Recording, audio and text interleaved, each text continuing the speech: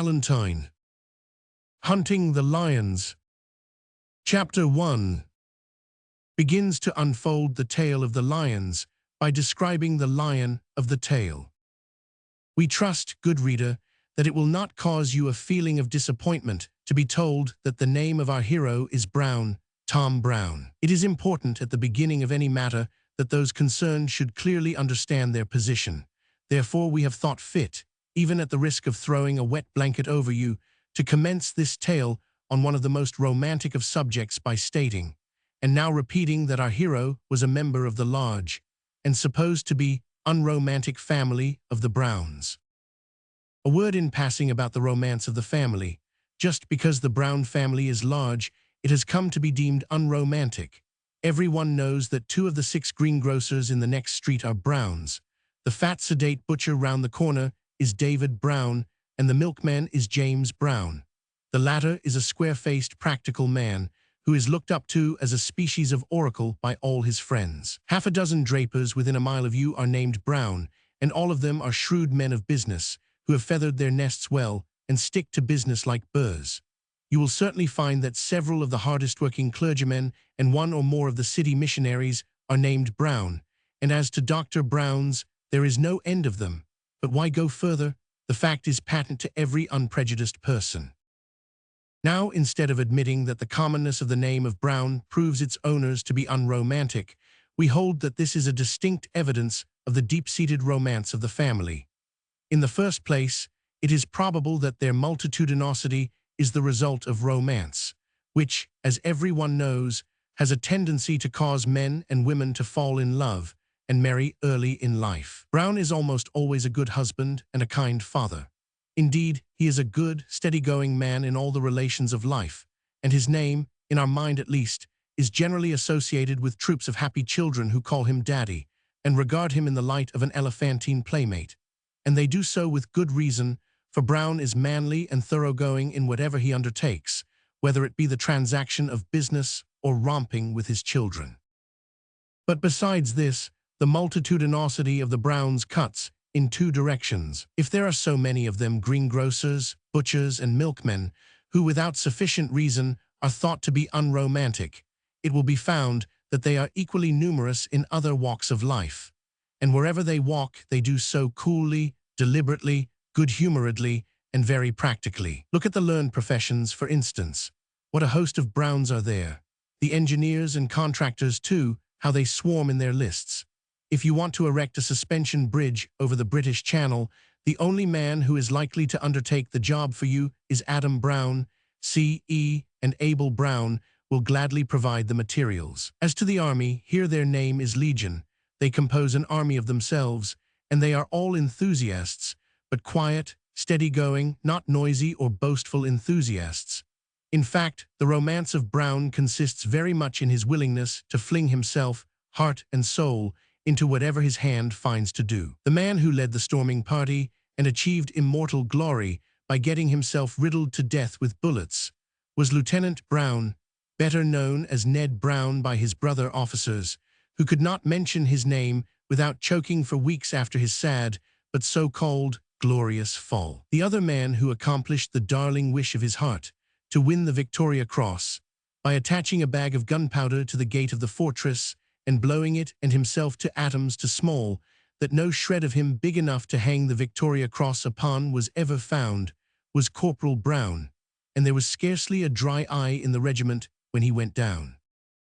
Go abroad among the barbarians of the earth, to China, for instance, and ask who is yonder thick-set, broad-chested man with the hardy expression of face and the splendid Eastern uniform, and you will be told that he is Tu Fu, the commander-in-chief of the imperial forces in that department. If still indulging curiosity, you go and introduce yourself to him, he will shake you heartily by the hand, and in good English tell you that his name is Walter Brown, and that he will be charmed to show you something of Oriental life, if you will do him the favor to take a slice of puppy dog in his pagoda after the review. If there is a chief of a hill tribe in Hindustan in want of a prime minister who will be able to carry him through a serious crisis, there is a Brown at hand who speaks not only his own language, but all the dialects and languages of Hindustan, who is quite ready to assume office. It is the same at the diggings, whether of Australia, California, or Oregon, and we are persuaded that the man whose habitation is nearest to the pole at this moment, whether north or south, is a Brown, if he be not a Jones, Robinson, or Smith. Need more be said to prove that this great branch of the human family is truly associated with all that is wild, grand, and romantic? We think not, and we hope that the reader is now somewhat reconciled to the fact, which cannot be altered, and which we would not alter if we could, that our hero's name is Tom Brown. Tom was the son of a settler at the Cape of Good Hope, who, after leading the somewhat rough life of a trader into the interior of Africa, made a fortune and retired to a suburban villa in Cape Town, there to enjoy the same with his wife and family. Having been born in Cape Town, our hero soon displayed a disposition to extend his researches into the unknown geography of his native land, and on several occasions lost himself in the bush. Thereafter he ran away from school twice, having been seized with a romantic and irresistible desire to see and shoot a lion. In order to cure his son of this propensity, Mr. Brown sent him to England, where he was put to school, became a good scholar, and a proficient in all games and athletic exercises. After that, he went to college, intending thereafter to return to the Cape, join his father, and go on a trading expedition into the interior, in order that he might learn the business and carry it on for himself. Tom Brown's mother and sisters, there were 6 of the latter, were charming ladies. Everybody said what pleasant people the Browns were, that there was no nonsense about them, and that they were so practical, yet so lively and full of spirit. Mrs. Brown, moreover, actually held the belief that people had souls as well as bodies, which required feeding in order to prevent starvation and ensure healthy growth. On the strength of this belief, she fed her children out of that old-fashioned, yet ever-new volume, the Bible, and the consequence was that the Miss Browns were among the most useful members of the church to which they belonged, a great assistance to the clergymen and missionaries who visited those regions, and a blessing to the poor of the community. But we must dismiss the family without further remark, for our story has little or nothing to do with any member of it except Tom himself. When he went to school in England, Tom carried his love for the lion along with him. The mere word had a charm for him which he could not account for. In childhood, he had dreamed of lion hunting. In riper years, he played at games of his own invention, which had for their chief point the slaying or capturing of lions. Zoological gardens and wild beast shows had for him attractions which were quite irresistible. As he advanced in years, Richard of the Lionheart became his chief historical hero. Androcles and the lion stirred up all the enthusiasm of his nature. Indeed, it might have been said that the lion rampant was stamped indelibly on his heart, while the British lion became to him the most attractive myth on record. When he went to college and studied medicine, his imagination was sobered down a little, but when he had passed his examinations and was capped, and was styled Dr. Brown by his friends, and began to make preparations for going back to the Cape, all his former enthusiasm about lions returned with tenfold violence. Tom's father intended that he should study medicine, not with a view to practicing it professionally, but because he held it to be very desirable that everyone traveling in the unhealthy regions of South Africa should possess as much knowledge of medicine as possible. One morning, young Dr. Brown received a letter from his father, which ran as follows. My dear Tom, a capital opportunity of letting you see a little of the country in which I hope you will ultimately make your fortune has turned up just now. 2 officers of the Cape Rifles have made up their minds to go on a hunting excursion into the interior with a trader named Hicks, and want a 3rd man to join them. I knew you would like to go on such an expedition, remembering your leaning in that direction in days of old, so I have pledged you to them. As they start 3 months hence, the sooner you come out the better. I enclose a letter of credit to enable you to fit out and start at once.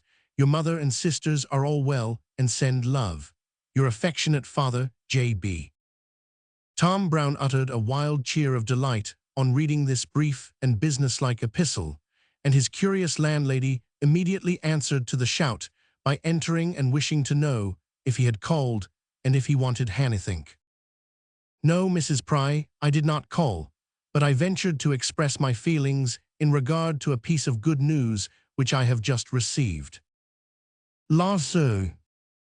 Yes, Mrs. Pry, I'm going off immediately to South Africa to hunt lions. You don't mean it, sir? Indeed I do, Mrs. Pry, so pray let me have breakfast without delay and make up my bill to the end of the week. I shall leave you then. Sorry to part, Mrs. Pry. I have been very comfortable with you. I hope so, sir. Yes, very comfortable, and you may be assured that I shall recommend your lodgings highly wherever I go. Not that there is much chance of my recommendation doing you any good, for out in the African bush I shan't see many men who want furnished lodgings in London, and wild beasts are not likely to make inquiries, being already well provided in that way at home. By the way, when you make up your bill, don't forget to charge me with the tumbler I smashed yesterday in making chemical experiments, and the teapot cracked in the same good cause. Accidents will happen, you know, Mrs. Pry, and bachelors are bound to pay for 'em. Certainly, sir, and please, sir, what am I to do with the cupboard full of skulls and human bones downstairs? Anything you choose, Mrs. Pry, said Tom, laughing. I shall trouble my head no more with such things, so you may sell them if you please, or send them as a valuable gift to the British Museum, only don't bother me about them. And do take yourself off like a good soul, for I must reply to my father's letter immediately. Mrs. Pry retired, and Tom Brown sat down to write a letter to J.B., in which he briefly thanked him for the letter of credit, and assured him that one of the dearest wishes of his heart was about to be realized, for that still, not less, but rather more than when he was a runaway boy, his soul was set upon hunting the lions. Chapter 2. Sport begins in earnest. Time, which is ever on the wing, working mighty changes in the affairs of man, soon transported our hero from Mrs. Pry's dingy little back parlor in London to the luxuriant wilds of Africa. There, on the evening of a splendid day, he sat down to rest under the grateful shade of an umbrageous tree, in company with Major Garrett and Lieutenant Wilkins, both of whom had turned out to be men after Tom Brown's own heart. They were both bronzed, strapping warriors, and had entered those regions not only with a view to hunting lions, but also for the purpose of making collections of the plants and insects of the country, the major being a persevering entomologist, while the lieutenant was enthusiastically botanical. To the delight of these gentlemen, they found that Tom, although not deeply learned on these subjects, was nevertheless extremely intelligent and appreciative. The major was very tall, thin, strong, wiry, and black-bearded. The lieutenant was very short, thick-set, deep-chested, and powerful. Tom himself was burly, ruddy, broad, and rather above middle size. Now this is what I call real felicity, observed the major, pulling out a pipe which he proceeded to fill. Tom Brown followed his example, and Bob Wilkins, who was not a smoker and had a somewhat facetious disposition, amused himself by quizzing his comrades and carving a piece of wood with his penknife. Does the real felicity, Major, result from the tobacco or the surrounding circumstances? Asked Wilkins. From both, Bob, replied the other with a smile, and you need not spoil my felicity by repeating your well-known set of phrases about the evils of smoking, for I know them all by heart, and I dare say so does Tom. Impossible, said Wilkins. I have not yet been 2 weeks in his company. He cannot, therefore, have heard a tithe of the irresistible arguments which I bring to bear on that pernicious practice, and which I hope some day to throw into shape and give to the public in the form of a bulky volume. Which will end in smoke, interrupted the major. In a literal sense, too, added Tom Brown, for it will be sold as waste paper and be made up into matches. We shall see, retorted Wilkins, cutting carefully round the right nostril of a baboon's head, which he had carved on the end of a walking stick. Meanwhile, Major, as you are better acquainted than we are with this outlandish country, and have taken on yourself the leadership of the party, will you condescend to give Tom Brown and me some idea of your intended movements? That is, if smoke and felicity will permit you to do so.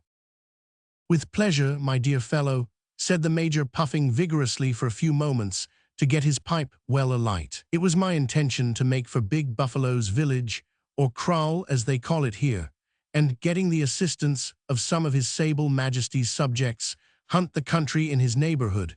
But I heard from Hicks this morning, before we left the camp, that a band of traders, at a kraal not far from us, are about to start for the Zulu country, and it struck me that we might as well join forces and advance together, for I prefer a large party to a small one. There is generally more fun to be got out of it. "Would it be well to tie ourselves to anyone?" asked Tom Brown. "I have always found that a small party is more manageable than a large one. However, I do but throw out the suggestion in all humility." "He shall not necessarily be tied to them," replied the Major, relighting his pipe, which had a bad habit of going out when he talked. "We may keep company as long as we find it agreeable to do so, and part when we please. But what say you to the change of plan? I think it will bring us into a better hunting country." "Whatever you think best, Major, will please me," said Tom, "for I'm ignorant of everything here and place myself entirely under your directions." "And I am agreeable," added Bob Wilkins. "You are neither agreeable nor grammatical," said the Major. "Well, if you insist on it, I'm agreed. But do put your pipe out, Tom, and let us resume our march, for we have a long way to go and much work to do before reaching the camp tonight."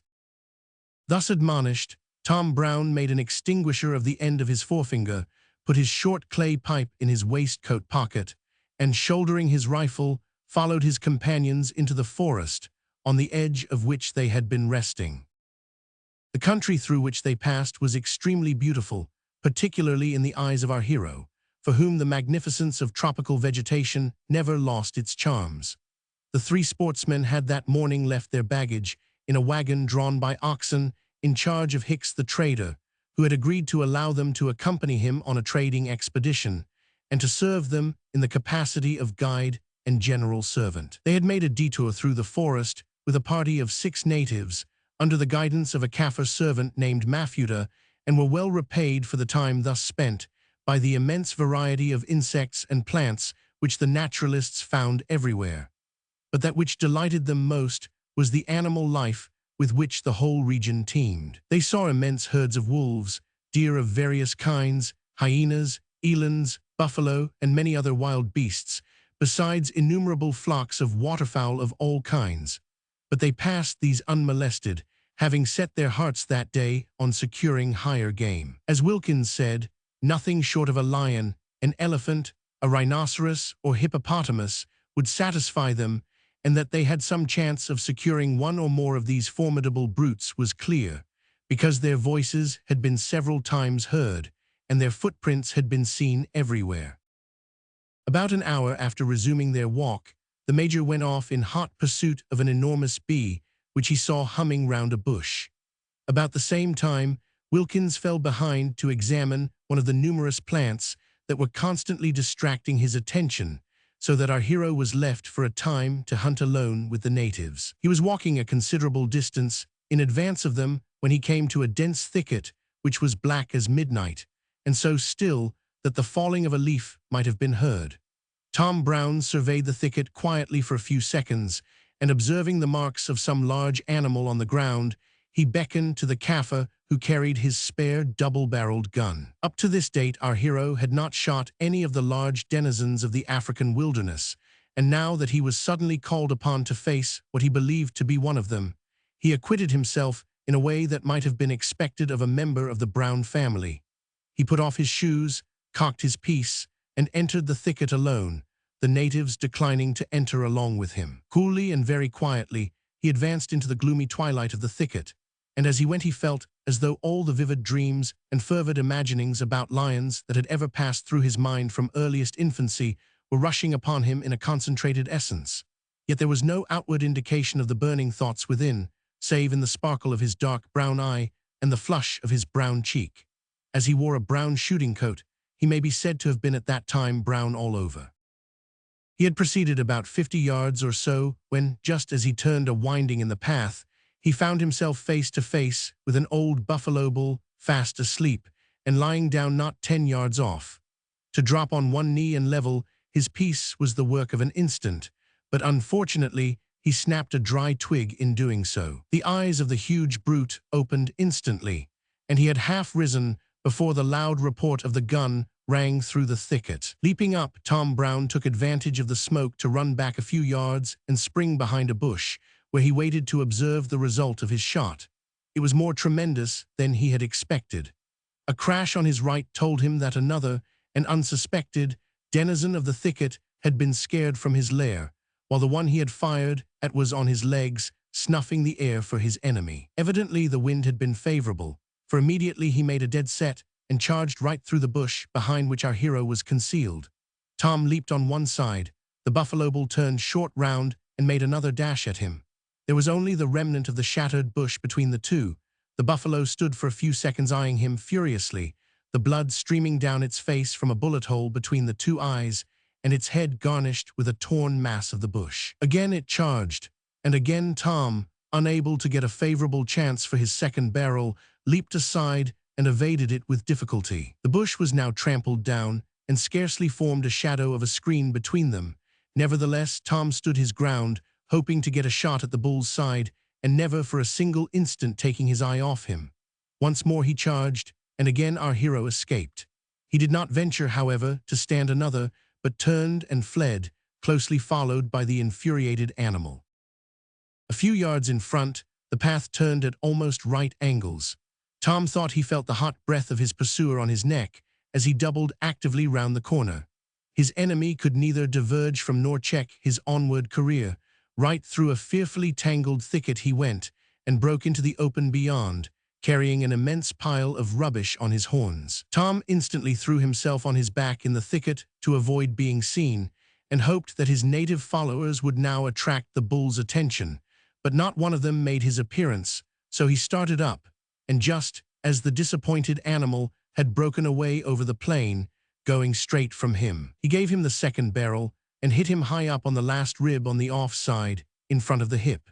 He threw up his tail, made a tremendous bound in the air, dashed through bush thorns so dense and close that it seemed perfectly marvelous how he managed it, and fell dead within 200 yards. Note, if the reader should desire fuller accounts of such battles, we recommend to him African Hunting, a very interesting work, by W.C. Baldwin, Esquire, to whom, with Dr. Livingstone, Du Chaillu, and others, I am indebted for most of the information contained in this volume, R.M.B. The moment it fell, the natives descended from the different trees in which they had taken refuge at the commencement of the fray, and were lavish in their compliments. But Tom, who felt that he had been deserted in the hour of need, did not receive these very graciously, and there is no saying how far he might have proceeded in rebuking his followers, for the Brown family is pugnacious under provocation, had not the Major's voice been heard in the distance, shouting, "Hallo, look out, a buffalo, where are you, Tom Brown Wilkins?" "Hallo," he added, bursting suddenly into the open where they were standing, "what's this? Buffalo, dead, have ye killed him? Why, I saw him alive not 2 minutes." His speech was cut short by a loud roar, as the buffalo he had been in chase of, scared by the approach of Wilkins, burst through the underwood and charged down on the whole party. They fled right and left, but as the brute passed, Wilkins, from the other side of the open, fired at it and put a ball in just behind the shoulder blade. It did not fall, however, and the 3 hunters ran after it at full speed, Wilkins leading, Tom Brown next, and the Major last. The natives kept well out of harm's way on either side, not that they were unusually timid fellows, but they probably felt that, where such able hands were at work, it was unnecessary for them to interfere. As the Major went racing clumsily along, for he was what may be called an ill-jointed man, nevertheless as bold as a lion and a capital shot, he heard a clatter of hoofs behind him, and looking over his shoulder, observed another buffalo in full career behind. He stopped instantly, took quick aim at the animal's breast, and fired, but apparently without effect. There chanced to be a forked tree close at hand, to which the Major rushed and scrambled up with amazing rapidity. He was knocked out of it again quite as quickly by the shock of the tremendous charge made by the buffalo, which almost split its skull and rolled over dead at the tree root, shot right through the heart. Meanwhile, Tom Brown and the lieutenant had overtaken and killed the other animal, so that they returned to camp well laden with the best part of the meat of 3 buffaloes. Here, while resting after the toils of the day, beside the roaring campfires, and eating their well-earned supper, Hicks the trader told them that a native had brought news of a desperate attack by lions on a kraal not more than a day's journey from where they lay. "It's not far out o' the road," said Hicks, who was a white man, of what country no one knew, with a skin so weather-beaten by constant exposure that it was more like leather than flesh. "If you want some sport in that way, I'd advise to go there tomorrow." "Want some sport in that way?" echoed Wilkins in an excited tone. "Why, what do you suppose we came here for? Of course we'll go there at once. That is, if my comrades have no objection." "With all my heart," said the Major with a smile as he carefully filled his beloved pipe. Tom Brown said nothing, but he smoked his pipe quietly and nodded his head gently and felt a slight but decided swelling of the heart as he murmured inwardly to himself, "Yes, I'll have a slap at the lions tomorrow." Chapter 3, in which great deeds are done, and Tom Brown has a narrow escape. But Tom was wrong. Either the report had been false, or the lions had a special intimation that certain destruction approached them, for our hunters waited 2 nights at the native kraal without seeing one, although the Black King thereof stoutly affirmed that they had attacked the cattle enclosures nearly every night for a week past and committed great havoc. One piece of good fortune, however, attended them, which was that they unexpectedly met with the large party which the Major had expressed his wish to join.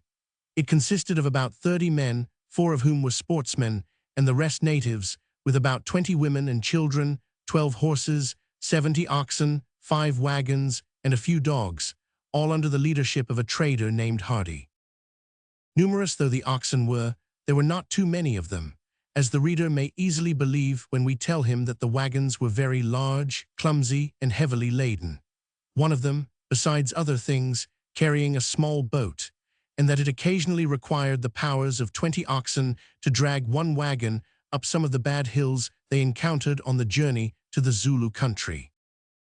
The 4 sportsmen, who were named respectively Pearson, Ogilvy, Anson, and Brand, were overjoyed at the addition to the party of Tom Brown and his companions, the more so that Tom was a doctor, for the constitutions of 2 of them, Ogilvy and Anson, had proved to be scarcely capable of withstanding the evil effects of the climate.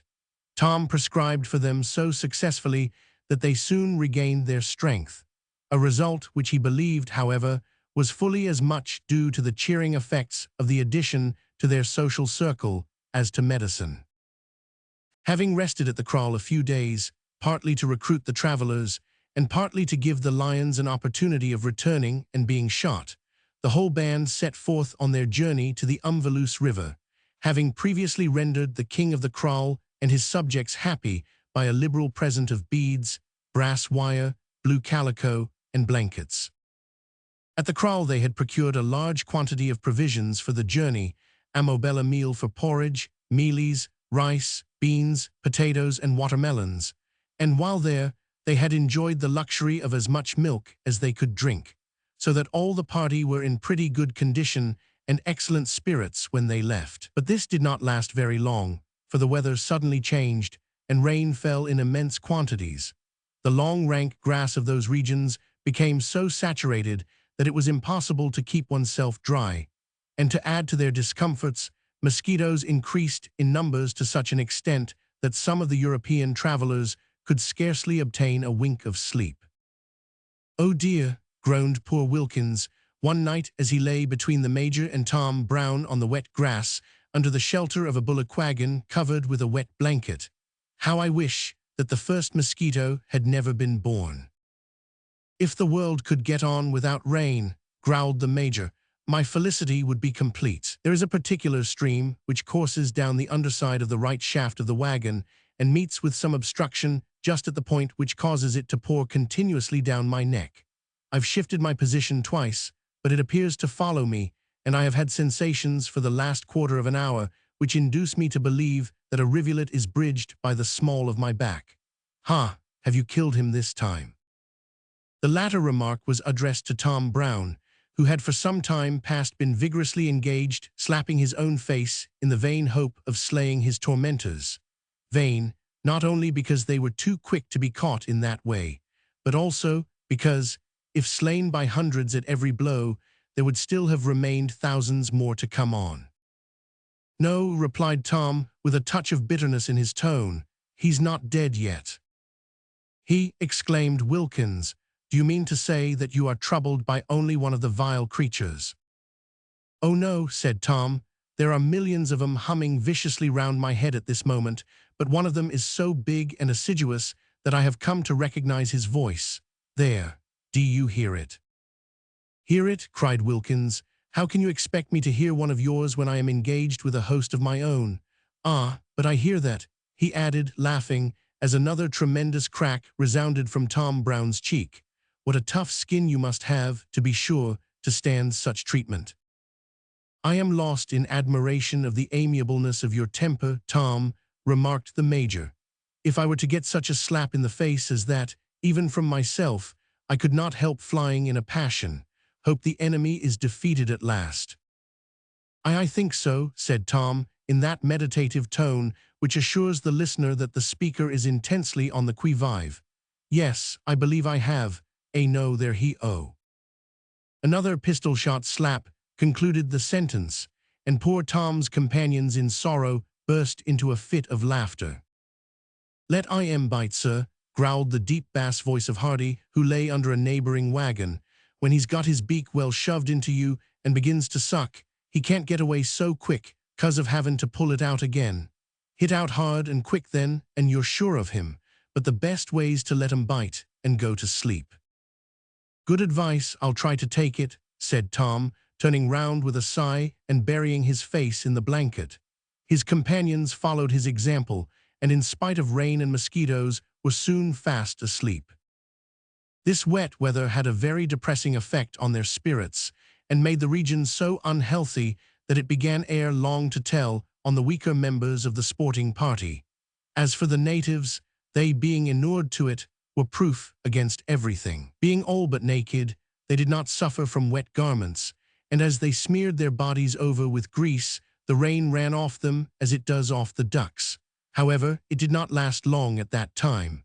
In a few days, the sky cleared, and the spirits of the party revived with their health. The amount of animal life seen on the journey was amazing. All travelers in Africa have borne testimony to the fact that it teems with animals. The descriptions which, not many years ago, were deemed fabulous, have been repeated to us as sober truth by men of unquestionable veracity. Indeed, no description, however vivid, can convey to those whose personal experience has been limited to the fields of Britain an adequate conception of the teeming millions of living creatures, great and small, four-footed and winged, which swarm in the dense forests and mighty plains of the African wilderness. Of course, the hunters of the party were constantly on the alert, and great was the slaughter done. But great also was the capacity of the natives for devouring animal food, so that very little of the sport could be looked upon in the light of life taken in vain. Huge and curious, as well as beautiful, were the creatures bagged. On one occasion, Tom Brown went out with the rest of the party on horseback after some elephants, the tracks of which had been seen the day before. In the course of the day, Tom was separated from his companions, but being of an easy-going disposition, and having been born with a thorough belief in the impossibility of anything very serious happening to him, he was not much alarmed, and continued to follow what he thought were the tracks of elephants, expecting every moment to fall in with or hear shots from his friends. During the journey, Tom had seen the Major, who was an old sportsman, kill several elephants, so that he conceived himself to be quite able for that duty if it should devolve upon him. He was walking his horse quietly along a sort of path that skirted a piece of thicket when he heard a tremendous crashing of trees, and looking up saw a troop of 50 or 60 elephants dashing away through a grove of mapani trees. Tom at once put spurs to his horse, unslung his large-bore double-barreled gun, and coming close up to a cow-elephant, sent a ball into her behind the shoulder. She did not drop, so he gave her another shot, when she fell heavily to the ground. At that moment he heard a shot not far off. Immediately afterwards, there was a sound of trampling feet which rapidly increased, and in a few moments the whole band of elephants came rushing back towards him, having been turned by the major with a party of natives. Not having completed the loading of his gun, Tom hastily rode behind a dense bush and concealed himself as well as he could. The herd turned aside just before reaching the bush, and passed him about 100 yards off with a tremendous rush, their trunks and tails in the air, and the Major and Wilkins, with a lot of natives and dogs, in full pursuit. Tom was beginning to regret that he had not fired a long shot at them when he heard a crash behind him, and looking back saw a monstrous bull elephant making a terrific charge at him. It was a wounded animal, mad with rage and pain, which had caught sight of him in passing. Almost before he was aware of its approach, it went crashing through the thicket, trumpeting furiously and tearing down trees, bushes, and everything before it. Tom lay forward on the neck of his steed and drove the spurs into him. Away they went like the wind, with the elephant close behind. In his anxiety, Tom cast his eyes too often behind him. Before he could avoid it, he was close on the top of a very steep slope, or stony hill, which went down about 50 yards to the plain below. To rein up was impossible. To go down would have been almost certain death to horse and man. With death before and behind, our hero had no alternative but to swerve, for the trunk of the huge creature was already almost over the haunch of his terrified horse. He did swerve, pulling the horse on his haunches and swinging him round at the same moment as if on a pivot. He made a bound to the left. The elephant passed him with a shriek like that of a railway engine, stuck out its feet before it, and went sliding wildly down the slope, as little boys are sometimes wont to do, sending dust, atones, and rubbish in a stupendous cloud before him. At the foot he lost his balance, and the last that Tom saw of him was a flourish of his stumpy tail as he went heels over head to the bottom of the hill. But he could not stop to see more. His horse was away with him, and fled over the plain on the wings of terror for a mile in the opposite direction before he consented to be pulled up. Tom's companions, meanwhile, had shot 2 elephants, one a cow, the other a pretty old calf, and on their way back to camp they killed a buffalo. The other hunters had been also successful, so that the camp resounded with noisy demonstrations of joy, and the atmosphere air long became redolent of the fumes of roasting meat, while the black bodies of the natives absolutely glittered with grease. On summing up the result of the day's work, it was found that they had bagged 6 elephants, 3 elands, 2 buffaloes, and a variety of smaller game. "A good bag," observed the Major as he sipped his tea, "but I have seen better. However, we must rest content. By the way, Pearson, they tell me you had a narrow escape from a buffalo bull." "So I had," replied Pearson, pausing in the midst of a hearty meal that he was making off a baked elephant's foot. "But for Anson, there, I believe it would have been my last hunt." "How did he help you?" asked Tom Brown. "Come, tell them, Anson, you know best," said Pearson. "I am too busy yet to talk." "Oh, it was simple enough," said Anson with a laugh. "He and I had gone off together after a small herd of buffaloes. Ogilvy and Brand were away following up the spoor of an elephant. We came upon the buffaloes unexpectedly, and at the first shot, Pearson dropped one dead, shot through the heart. We were both on foot, having left our horses behind, because the ground was too stony for them. After a hard chase of 2 hours, we came up with the herd.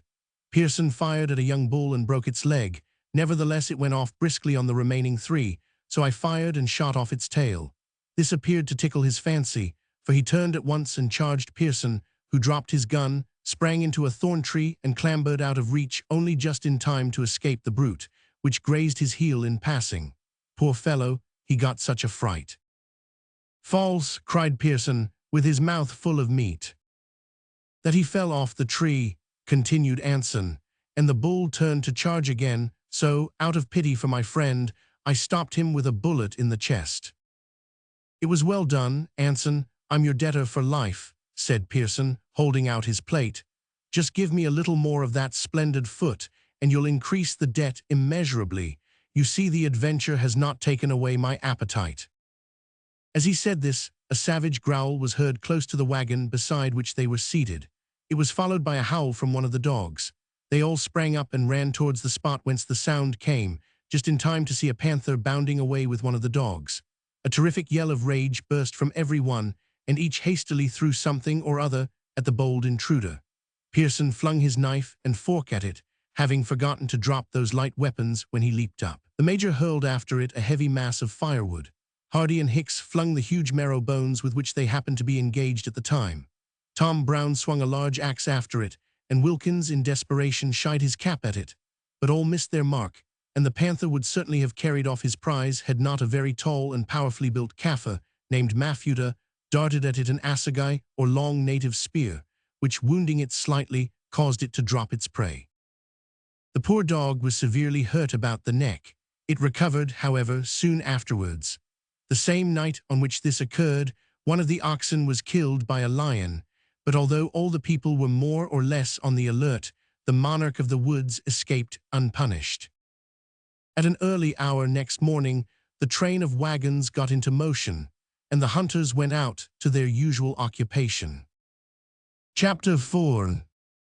Tom sees wonderful sights, and at last has his dreams fulfilled. Thus the travelers advanced day by day, sometimes in sunshine, sometimes in rain, now successful in hunting and now unsuccessful, until they reached the Zulu country and the banks of the river Umvelus. Here they called a halt for a time and began to hunt vigorously in all directions, aiming at every species of game. Our hero's first introduction to the river's scenery was interesting, to himself at least, and singular. Having placed himself at the disposal of his friends to be appointed to whatever duty they pleased, he was sent off in the small boat belonging to the party with plenty of ammunition and provisions, Lieutenant Wilkins being his companion, and the tall Kaffir, Mafuta, his guide and instructor in African warfare against the brute creation. Between Tom Brown and this man Mafuta there had sprung up a species of friendship, which grew stronger the more they became acquainted with each other. Mafuta was an unusually honest, affectionate and straightforward Kaffir who had been much in the settlements and could speak a little English. He first drew forth our hero's regard by nursing him with almost womanly tenderness during a 3 days' severe illness at the beginning of the journey. Thereafter Tom gained his affection by repeated little acts of kindness, done in a quiet, offhand, careless way, as though he had pleasure in being kind, and did not care much whether the kindness were appreciated or not. He also excited his admiration by the imperturbable coolness and smiling good humor with which he received every event in life, from the offer of an elephant steak to the charge of a black rhinoceros. Mafuta was also fond of Wilkins, but he worshipped Tom Brown. On reaching the river, the boat was launched on a part where there was nothing particularly striking to merit notice. So Tom said, "500 you know, Bob, I've taken a fancy to ramble alone for an hour along the banks of this river.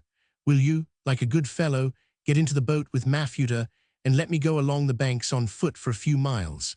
As your work will only be dropping downstream, you won't find it hard." "By all means, Tom. A pleasant journey to you, but see that you don't fall into the jaws of a lion or a crocodile." Our hero smiled as he waved his hand to his companions, and turning away, was soon lost to sight among the bushes. Now the fact was that Tom Brown, so far from being the unromantic creature that his name is erroneously supposed to imply, had such a superabundance of romance in his composition that he had, for some time past, longed to get away from his companions and the noise and bustle of the wagon train, and go off alone into the solitudes of the great African wilderness, there to revel in the full enjoyment of the fact that he was in reality far, far away from the haunts of civilized men, alone with primeval nature.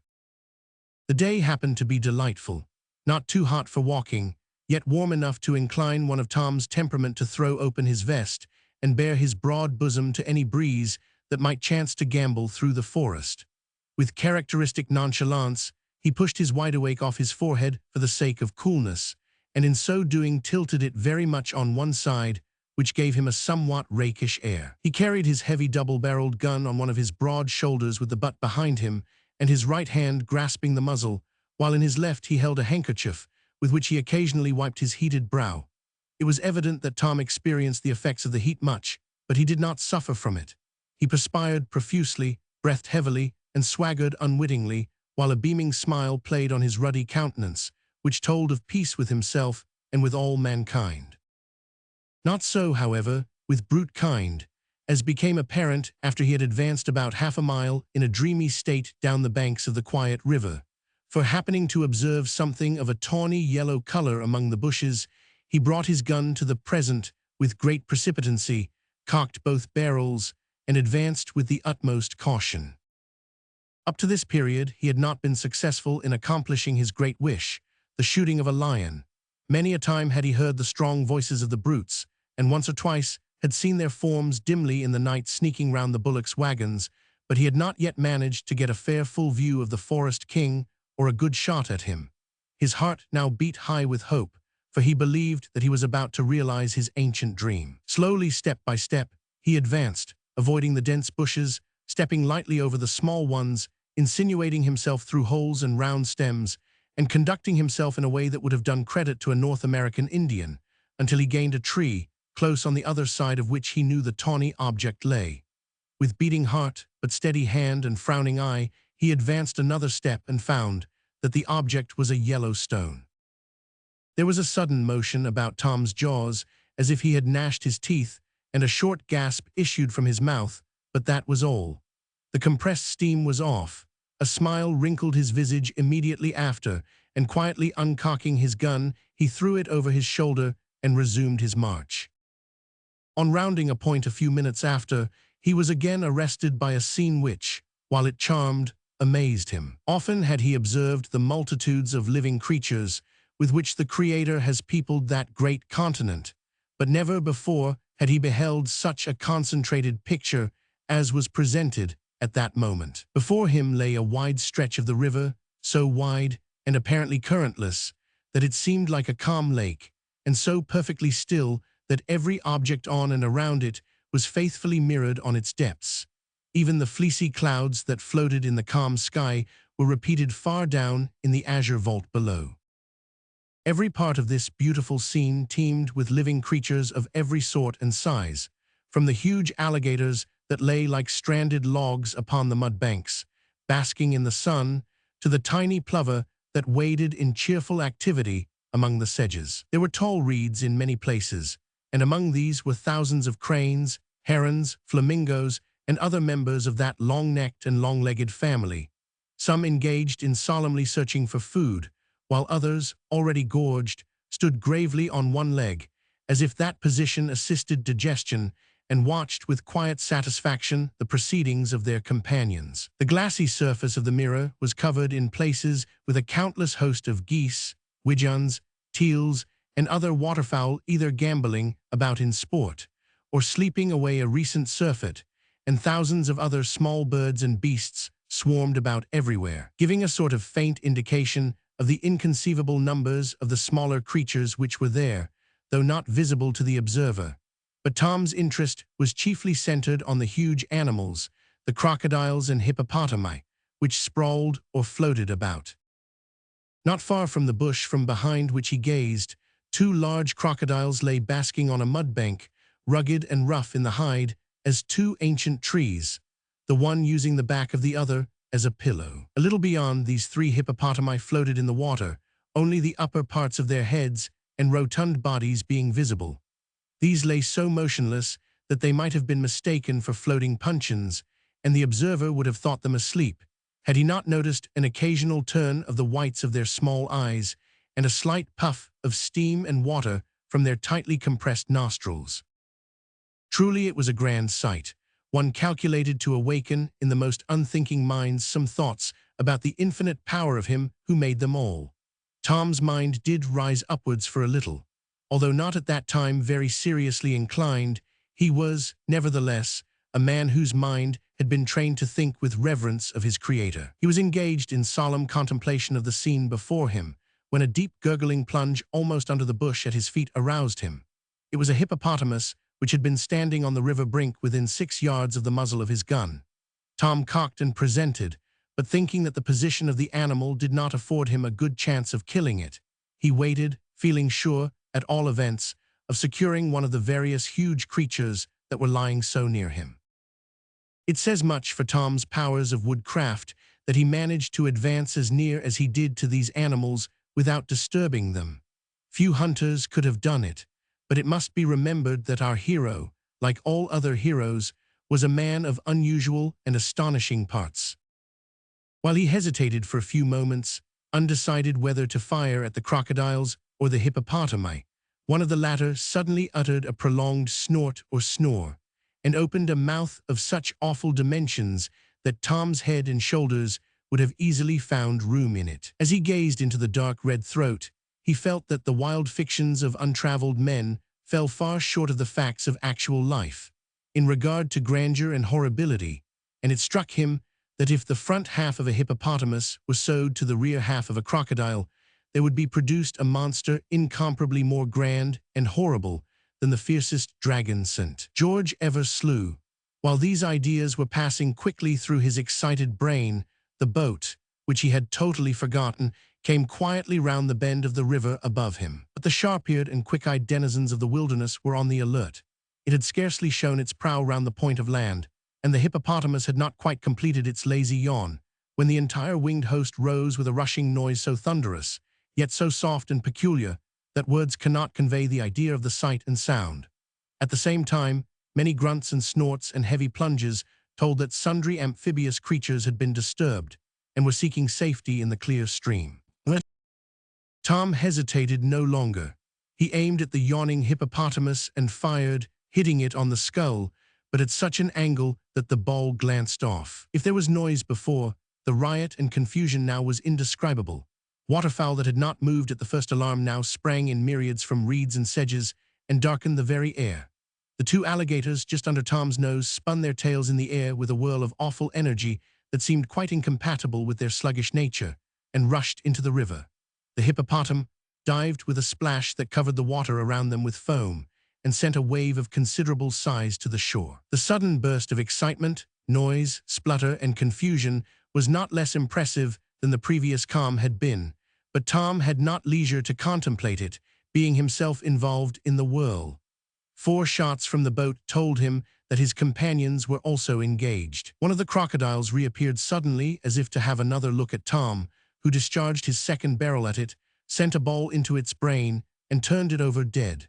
He reloaded in great haste, and was in the act of capping when he heard a loud shout in the direction of the boat, and looking up, observed that Wilkins was standing in the bow gesticulating violently. He listened for a moment, but could not make out what he said. "Hallo," he cried, "shout louder, I don't hear you." Again Wilkins shouted at the top of his voice, and waved his arms more frantically than before. Tom could not make out the words. He judged, however, that no man would put himself to such violent physical exertion without good reason, so he turned and looked cautiously around him. Presently he heard a crashing sound in the bushes, and a few moments afterwards observed 3 buffaloes tearing along the path in which he stood. It was these that Wilkins had seen from the boat when he attempted in vain to warn his friend. Tom jumped behind a bush, and as they passed tried to fire, but the foliage was so dense that he failed to get a good aim. Reserving his fire, therefore, he dashed after them at full speed. After running some distance, the buffaloes stood still, and the nearest bull turned round and looked at Tom, who instantly sent a 2-ounce ball crashing into his shoulder. This turned them, and they all 3 made off at once, but the wounded one fell behind. Tom therefore stopped to reload, feeling pretty sure of him. Starting off in pursuit, he gained on the wounded animal at every stride, and was about to fire again, when his limbs were for a moment paralyzed, and his heart was made almost to stand still at the sight of 3 full-grown lions, which sprang at the unfortunate brute from a neighboring thicket. They had no doubt gone there to rest for the day, but the sight of a lame and bleeding buffalo was a temptation too strong for them. The lions did not leap upon him, but seizing him with their teeth and claws, stood on their hind legs and tried to tear him down with terrible ferocity. Our hero, who, as we have said, was for a few moments bereft of the power of action, could do nothing but stand and gaze in amazement. All the dreams of his youth and manhood were as nothing to this. The poor buffalo fought nobly, but it had no chance against such odds, and would certainly have been torn to pieces and devoured had not Tom recovered his self-possession in a few minutes. Creeping up to within 30 yards, he fired at one of the lions with such good aim that it fell dead almost on the spot, having time only to turn and seize a bush savagely with its teeth ere it died. The second barrel was discharged, but not with the same effect. Another of the lions was wounded and sprang into the bushes with an angry roar. The third merely lifted his head, looked at Tom for a moment as if with indignant surprise, and then went on tearing at the carcass as hard as ever. With a feeling of thankfulness that this particular king of the forest had treated him so contemptuously, Tom slunk behind a tree and recharged his gun, after which he advanced cautiously and sent a ball crashing through the lion's shoulder.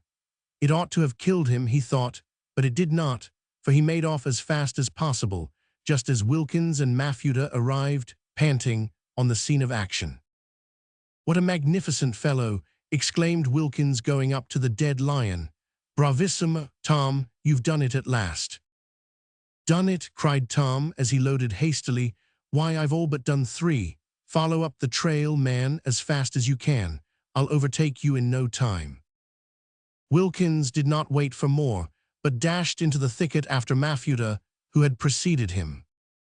Tom was quickly on their heels, and they had not gone far when one of the wounded lions was found lying on the ground quite dead. The other was not overtaken, but as Wilkins said, 2 lions, a buffalo, and a hippopotamus, which latter he had shot from the boat, was not a bad beginning. That night they encamped under the shelter of a spreading tree, and as they reclined at full length between 2 fires, which were kindled to keep off the wild beasts, enjoying a pipe after having feasted luxuriously on hippopotamus steaks and marrow bones, Tom Brown remarked, "Well, my dream has been realized at last, and upon my word, I have not been disappointed." Chapter 5. More about lions. As we have now introduced our readers to the lion, we think it but right to say something about his aspect and character, as given by some of our best authorities.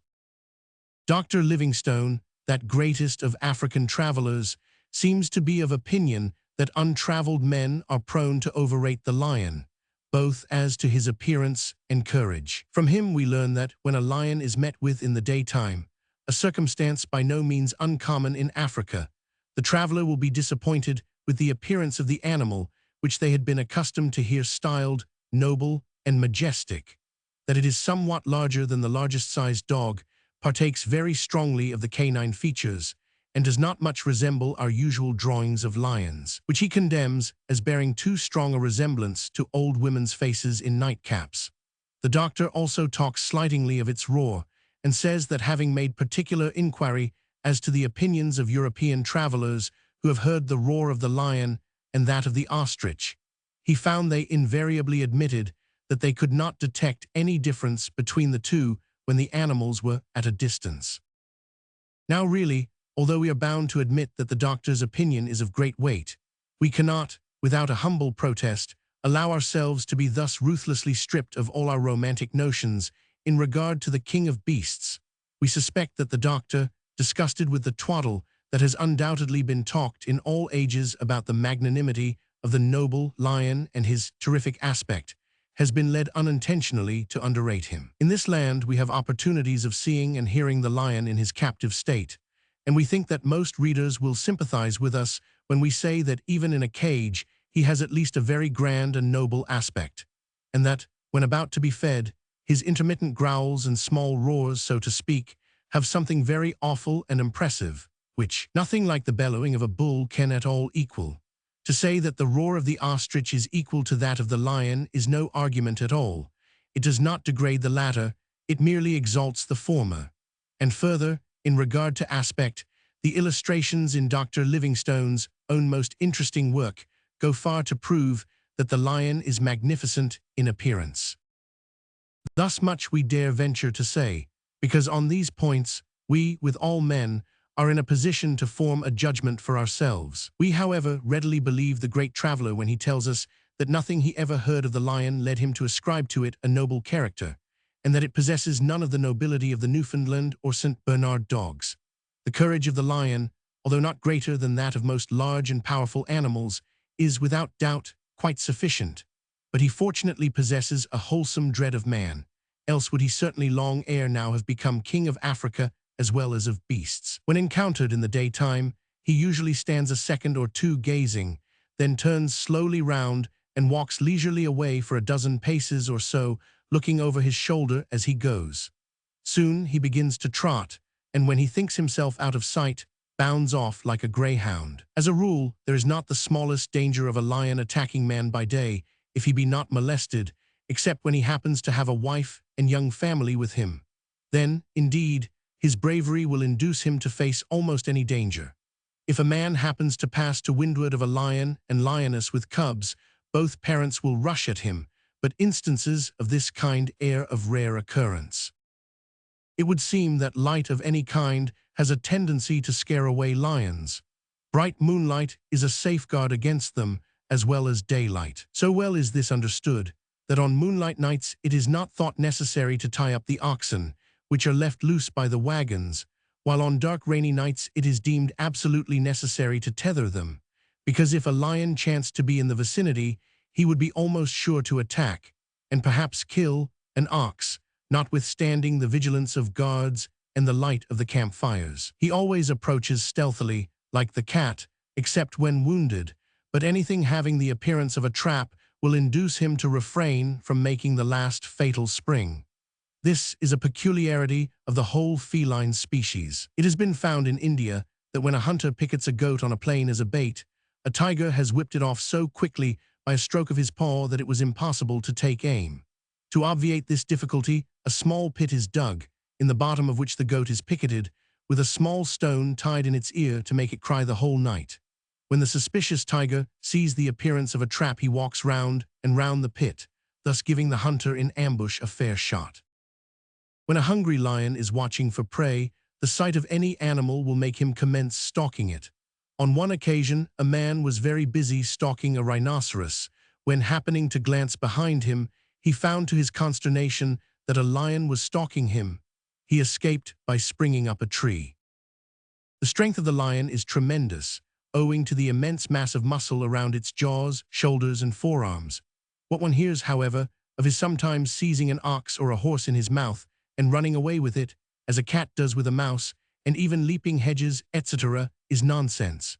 Dr. Livingstone says that most of the feats of strength he has seen performed by lions consisted, not in carrying, but dragging or trailing the carcass along the ground. He usually seizes his prey by the flank near the hind leg or by the throat below the jaw. He has his particular likings and titbits, and is very expert in carving out the parts of an animal that please him best. An eland may be sometimes disemboweled by a lion so completely that he scarcely seems cut up at all, and the bowels and fatty parts of the interior form a full meal for the lion, however large or hungry he may be.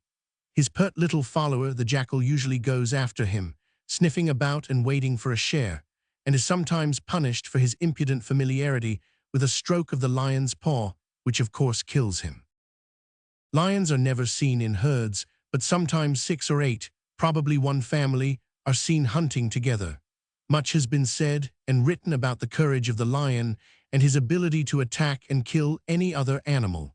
His powers in this respect have been overrated. It is questionable if a single lion ever attacks a full-grown buffalo. When he assails a calf, the cow will rush upon him, and one toss from her horns is sufficient to kill him. The amount of roaring usually heard at night, when a buffalo is killed, seems to indicate that more than one lion has been engaged in the fight. They never attack any elephants, except the calves. Every living thing, writes Livingstone, retires before the lordly elephant, yet a full-grown one would be an easier prey to the lion than a rhinoceros. The lion rushes off at the mere sight of this latter beast. When a lion grows too old to hunt game, he frequently retires to spend the decline of life in the suburbs of a native village, where he is well content to live by killing goats. A woman or a child happening to go out at night sometimes falls a prey also. Being unable, of course, to alter this style of life, when once he is reduced to it, he becomes habitually what is styled a man-eater.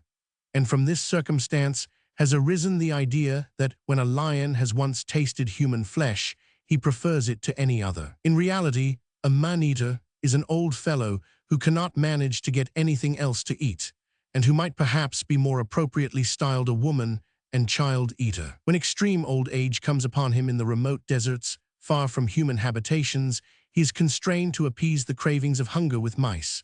The African lion is of a tawny color, like that of some mastiffs.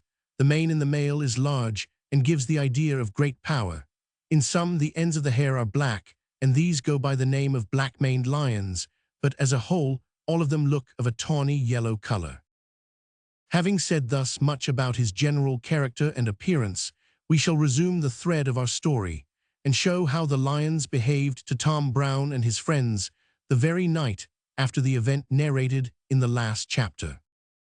The hunters had got back to the wagons and were about to turn in for the night in order to recruit for the work of the following day, when the sky became overcast and gave every indication of a coming storm. A buffalo bull had been shot by Pearson an hour before the arrival of our hero and his companions, and the Kaffirs were busily engaged on his carcass. A fire had been lighted, the animal cut up, and part of him roasted, and the natives alternately ate a lump of roasted flesh and an equal quantity of the inside raw. When the sky began to darken, however, they desisted for a time and set about making preparations for the coming storm. It burst upon them ere long with awful fury and grandeur, the elements warring with incredible vehemence. Rain fell in such floods that it was scarcely possible to keep the fires burning, and the night was so pitchy dark that the hand could scarcely be seen when held close to the eyes. To add to the horror of the scene, crashing peals of thunder appeared to rend the sky, and these were preceded by flashes of lightning so vivid that each left the travelers with the impression of being stone blind. After an hour or two, the storm passed by, leaving them drenched to the skin. However, the fires were stirred up, and things made as comfortable as circumstances would admit of. Just a little before daybreak, they were all wakened by the bellowing of the oxen and the barking of dogs. "Something there," muttered Hicks, leaping up and seizing his gun. The Major, Tom Brown, Wilkins, Pearson, and the others were immediately on their feet and wide awake. There was just light enough to distinguish objects dimly when close at hand, but the surrounding woods resembled a wall of impenetrable darkness. Close to the wagon in which our hero lay, the natives had erected a temporary hut of grass about 6 feet high. On the top of this he saw a dark form, which, by the sound of his voice, he recognized to be that of a native named Jumbo, who was more noted for good nature and drollery than for courage. He was shouting lustily for a percussion cap. Tom sprang on the top of the hut and supplied him with several caps, at the same time exclaiming, "Hallo, Jumbo, don't make such a row. You'll scare everything away." "Ho, me wish could," said Jumbo, his teeth chattering in his head with fear as he listened to the dying groans of a poor ox and heard the lions growling and roaring beside him. They were not more than 14 yards off, but so dark was the night that they could not be seen. The ox, however, which was a black one, was faintly distinguishable.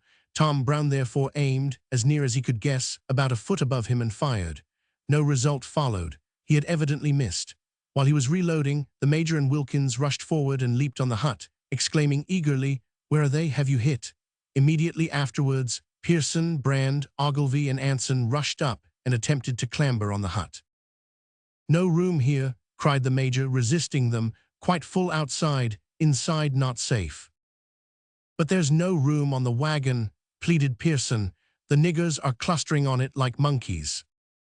"Can't help it," replied the Major. "There's not an inch of—" Here a tremendous roar interrupted him, and a loud report followed as Jumbo and Wilkins, having caught sight of something near the carcass, fired simultaneously. Pearson and his companions in trouble vanished like smoke, while the Major, failing to see anything, fired in the direction of the lions on chance.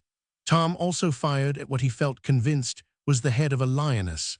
Still, the animals appeared to be unhurt and indifferent.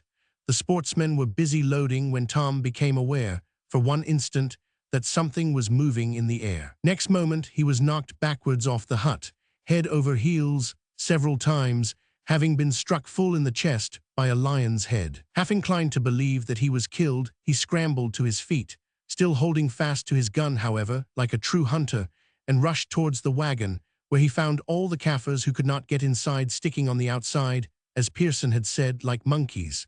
There was literally no room for more, but Tom cared not for that. He seized legs, arms, and hair indiscriminately, and in another moment was on the top of the living mass. He had leaped very smartly to this point of vantage. Nevertheless, he found Jumbo there before him, chattering worse than ever. The Major and Wilkins came up breathless next moment, clambered halfway up, slipped, and fell to the ground with a united roar, but making a second attempt, they succeeded in getting up. Wilkins at once presented in the direction of the lions and again fired. Whether any of them fell is a matter of dispute, but certain it is that Wilkins fell, for the recoil of the gun knocked him back, his footing being insecure, and he went down on the top of a tent which had been pitched on the other side of the wagon and broke the pole of it. After this, several more shots were fired, apparently without success. While they were reloading, a lion leaped on a goat, which was tethered to the grass hut, and carried it away before anyone could fire. Not daring to descend from their places of security, there the whole party sat in the cold during the remainder of that night, listening to the growling of the lions as they feasted on their prey. It was not till grey dawn appeared that the enemy beat a retreat and allowed the shivering travelers to get once more between the blankets. They had not lain long, however, when a double shot aroused them all, and they rushed out to find that Mafuta had killed a lioness. She was a splendid creature, and had succumbed to a bullet sent through her ribs. It was found on examination that another ball had hit her just behind the head, and traveling along the spine, had stuck near the root of the tail. "Me no hab fire at head," said Mafuta with a disappointed look. "Me hit him in ribs wid one barrel and miss him wid t'other." "What is that you say?" cried Tom Brown, examining the bullet hole. "Ha, I claim that lioness, because I fired at her head last night, and there you have the bullet hole." "Cut out the ball and see," said Hicks, drawing his knife. When the ball was extracted, it was indeed found to have been fired from Tom's gun. So, according to sporting law in that region, which ordains that he who first draws blood claims the game, the lioness was adjudged to belong to Tom. Our hero returned to his blankets once more, congratulating himself not a little on his good fortune, when his attention was arrested by two shots in succession at no great distance. Seizing his gun, he ran to the place, expecting to find that more game had been slain, but he only found Hardy standing over one of the oxen which was breathing its last. The lions had driven it mad with terror during the night, and the trader had been obliged to shoot it. This was a great misfortune, for it was about the best ox in the train. Chapter 6 gives a few hints to would-be hunters, and a friend in need is introduced. In describing the principal incidents of a long journey, it is impossible to avoid crowding them together, so as to give a somewhat false impression of the expedition as a whole. The reader must not suppose that our hunters were perpetually engaged in fierce and deadly conflict with wild beasts and furious elements.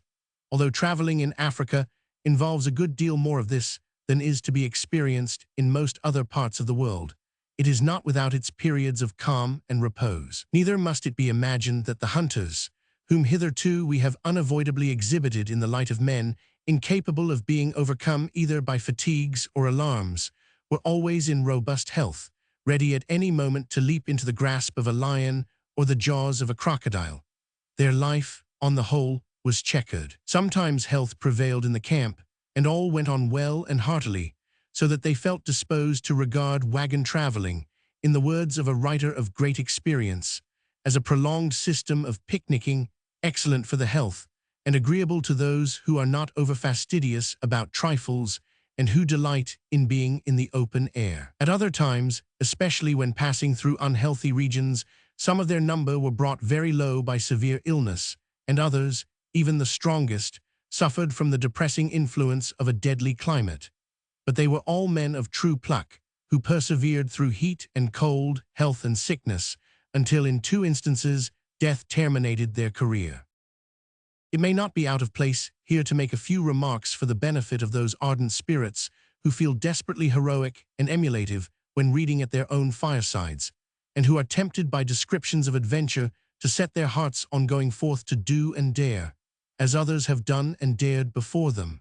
All men are not heroes, and in many countries men may become average hunters without being particularly heroic. In Norway, for instance, and in North America, any man of ordinary courage may become a Nimrod, and even heroes will have opportunities afforded them of facing dangers of a sufficiently appalling nature if they choose to throw themselves in their way. But in Africa, a man must be really a hero if he would come off scatheless and with credit. We have proved this to some extent already, and more proof is yet to come. The dangers that one encounters in hunting there are not only very great and sufficiently numerous, but they are absolutely unavoidable. The writer before quoted says on this point, "A young sportsman, no matter how great among foxes, pheasants, and hounds, would do well to pause before resolving to brave fever for the excitement of risking the terrific charge of the elephant. The step of that enormous brute when charging the hunter, though apparently not quick, is so long that the pace equals the speed of a good horse at a canter. Its trumpeting or screaming when infuriated is more like what the shriek of a French steam whistle would be to a man standing on the dangerous part of a railroad than any other earthly sound. A horse unused to it will sometimes stand shivering instead of taking his rider out of danger. It has happened often that the poor animal's legs do their duty so badly that he falls and exposes his rider to be trodden into a mummy. Or losing his presence of mind, the rider may allow the horse to dash under a tree and crack his cranium against a branch, as one charge of an elephant has often been enough to make embryo hunters bid a final adieu to the chase. Incipient Nimrods would do well to try their nerves by standing on railways till the engines are within a few yards of them, before going to Africa. Begging pardon for this digression, we return to our tale. While our sportsmen were advancing in company with the bullock wagons one evening, at the close of a long and trying day, in which they had suffered a good deal from want of good water, they fell in with another party traveling in the opposite direction, and found that they belonged to the train of a missionary who had been on an expedition into the interior. They gladly availed themselves of the opportunity thus afforded of encamping with a countryman, and called a halt for the night at a spot where a desert well existed. As they sat round the fire that night, the missionary gave them some interesting and useful information about the country and the habits of the animals, as well as the condition of the natives. "Those who inhabit this region," said he, "have always been very friendly to us, and listen attentively to instruction conveyed to them in their own tongue. It is, however, difficult to give an idea to an Englishman of the little effect produced by our teaching, because no one can realize the degradation to which their minds have sunk by centuries of barbarism and hard struggling for the necessaries of life. Like most other savages, they listen with respect and attention to our talk, but when we kneel down and address an unseen being, the position and the act often appear to them so ridiculous that they cannot refrain from bursting into uncontrollable laughter. After a short time, however, they get over this tendency. I was once present when a brother missionary attempted to sing in the midst of a wild heathen tribe of natives who had no music in their composition, and the effect on the risible faculties of the audience was such that the tears actually ran down their cheeks. "Surely, if this be so," said Tom Brown, "it is scarcely worth your while to incur so much labor, expense, and hardship for the sake of results so trifling." "I have not spoken of results, but of beginnings," replied the missionary. "Where our efforts have been long continued, we have, through God's blessing, been successful, I sincerely believe, in bringing souls to the Savior. Of the effects of long-continued instruction, there can be no reasonable doubt, and a mere nominal belief has never been considered by any body of missionaries as a sufficient proof of conversion. True, our progress has been slow, and our difficulties have been great, but let me ask, my dear sir, has the slowness of your own journey to this point, and its great difficulty, damped your ardor or induced you to think it scarcely worth your while to go on?" "Certainly not," replied Tom. "I don't mean to give in yet. I confess that our bag is not at present very large, nothing compared to what some sportsmen have had. But then, if we persevere for a few months, we are almost certain to succeed, whereas in your case, the labor of many years seems to have been very much in vain." "Not in vain," answered the other. "Our influence has been powerfully felt, although the results are not obviously clear to everyone who casts a mere passing glance at us and our field of labor." "But you speak of persevering labor in hunting as being almost certain of success. whereas we missionaries are absolutely certain of it, because the word, which cannot err, tells us that our labor is not in vain in the Lord. And besides, even though we had no results at all to point to, we have the command, from which, even if we would, we cannot escape. Go ye into all the world, and preach the gospel to every creature. Well, sir, said the Major, with the air of a man who highly approves of the philanthropic efforts of all men, so long as they do not interfere with the even tenor of his own way, I am sure that your disinterested labors merit the gratitude of all good men, and I heartily wish you success. In the course of your remarks tonight, you have happened to mention that peculiar bird, the ostrich. May I ask if you have seen many of late? The missionary smiled at this very obvious attempt to change the subject of conversation, but readily fell in with the Major's humor and replied, "Oh yes, you will find plenty of them in the course of a few days, if you hold on the course you are going." "Is it true that he goes at the pace of a railway locomotive?" asked Wilkins. "It is not possible," replied the missionary, laughing, "to give a direct answer to that question, inasmuch as the speed of the locomotive varies." "Well, say 30 miles an hour, said Wilkins. "His pace is not far short of that," answered the other. "When walking, his step is about 26 inches long, but when terrified and forced to run, his stride is from 12 to 14 feet in length. Once I had a pretty fair opportunity of counting his rate of speed with a stopwatch, and found that there were about 30 steps in 10 seconds. This, taking his average stride at 12 feet, gives a speed of 26 miles an hour. Generally speaking, one's eye can no more follow the legs than it can the spokes of a carriage wheel in rapid motion." "I do hope we may succeed in falling in with one," observed the Major. "If you do, there is not much chance of your shooting it," said the missionary. "Why not?" "Because he is so difficult to approach. Usually he feeds on some open spot where no one can approach him without being detected by his wary eye. However, you have this in your favor, that his stupidity is superior to his extreme caution. If a wagon should chance to move along far to windward of him, he evidently thinks it is trying to circumvent him, for instead of making off to leeward, as he might easily do, he rushes up to windward with the intention of passing ahead of the wagon, and sometimes passes so near the front oxen that one may get a shot at the silly thing. I have seen this stupidity of his taken advantage of when he was feeding in a valley open at both ends. A number of men would commence running as if to cut off his retreat from the end through which the wind came, and although he had the whole country hundreds of miles before him by going to the other end, he rushed madly on to get past the men, and so was speared, for it is one of his peculiarities that he never swerves from the course he has once adopted, but rushes wildly and blindly forward, anxious only to increase his speed. Sometimes a horseman may succeed in killing him by cutting across his undeviating course. It is interesting to notice a resemblance between this huge bird and our English wild duck or plover.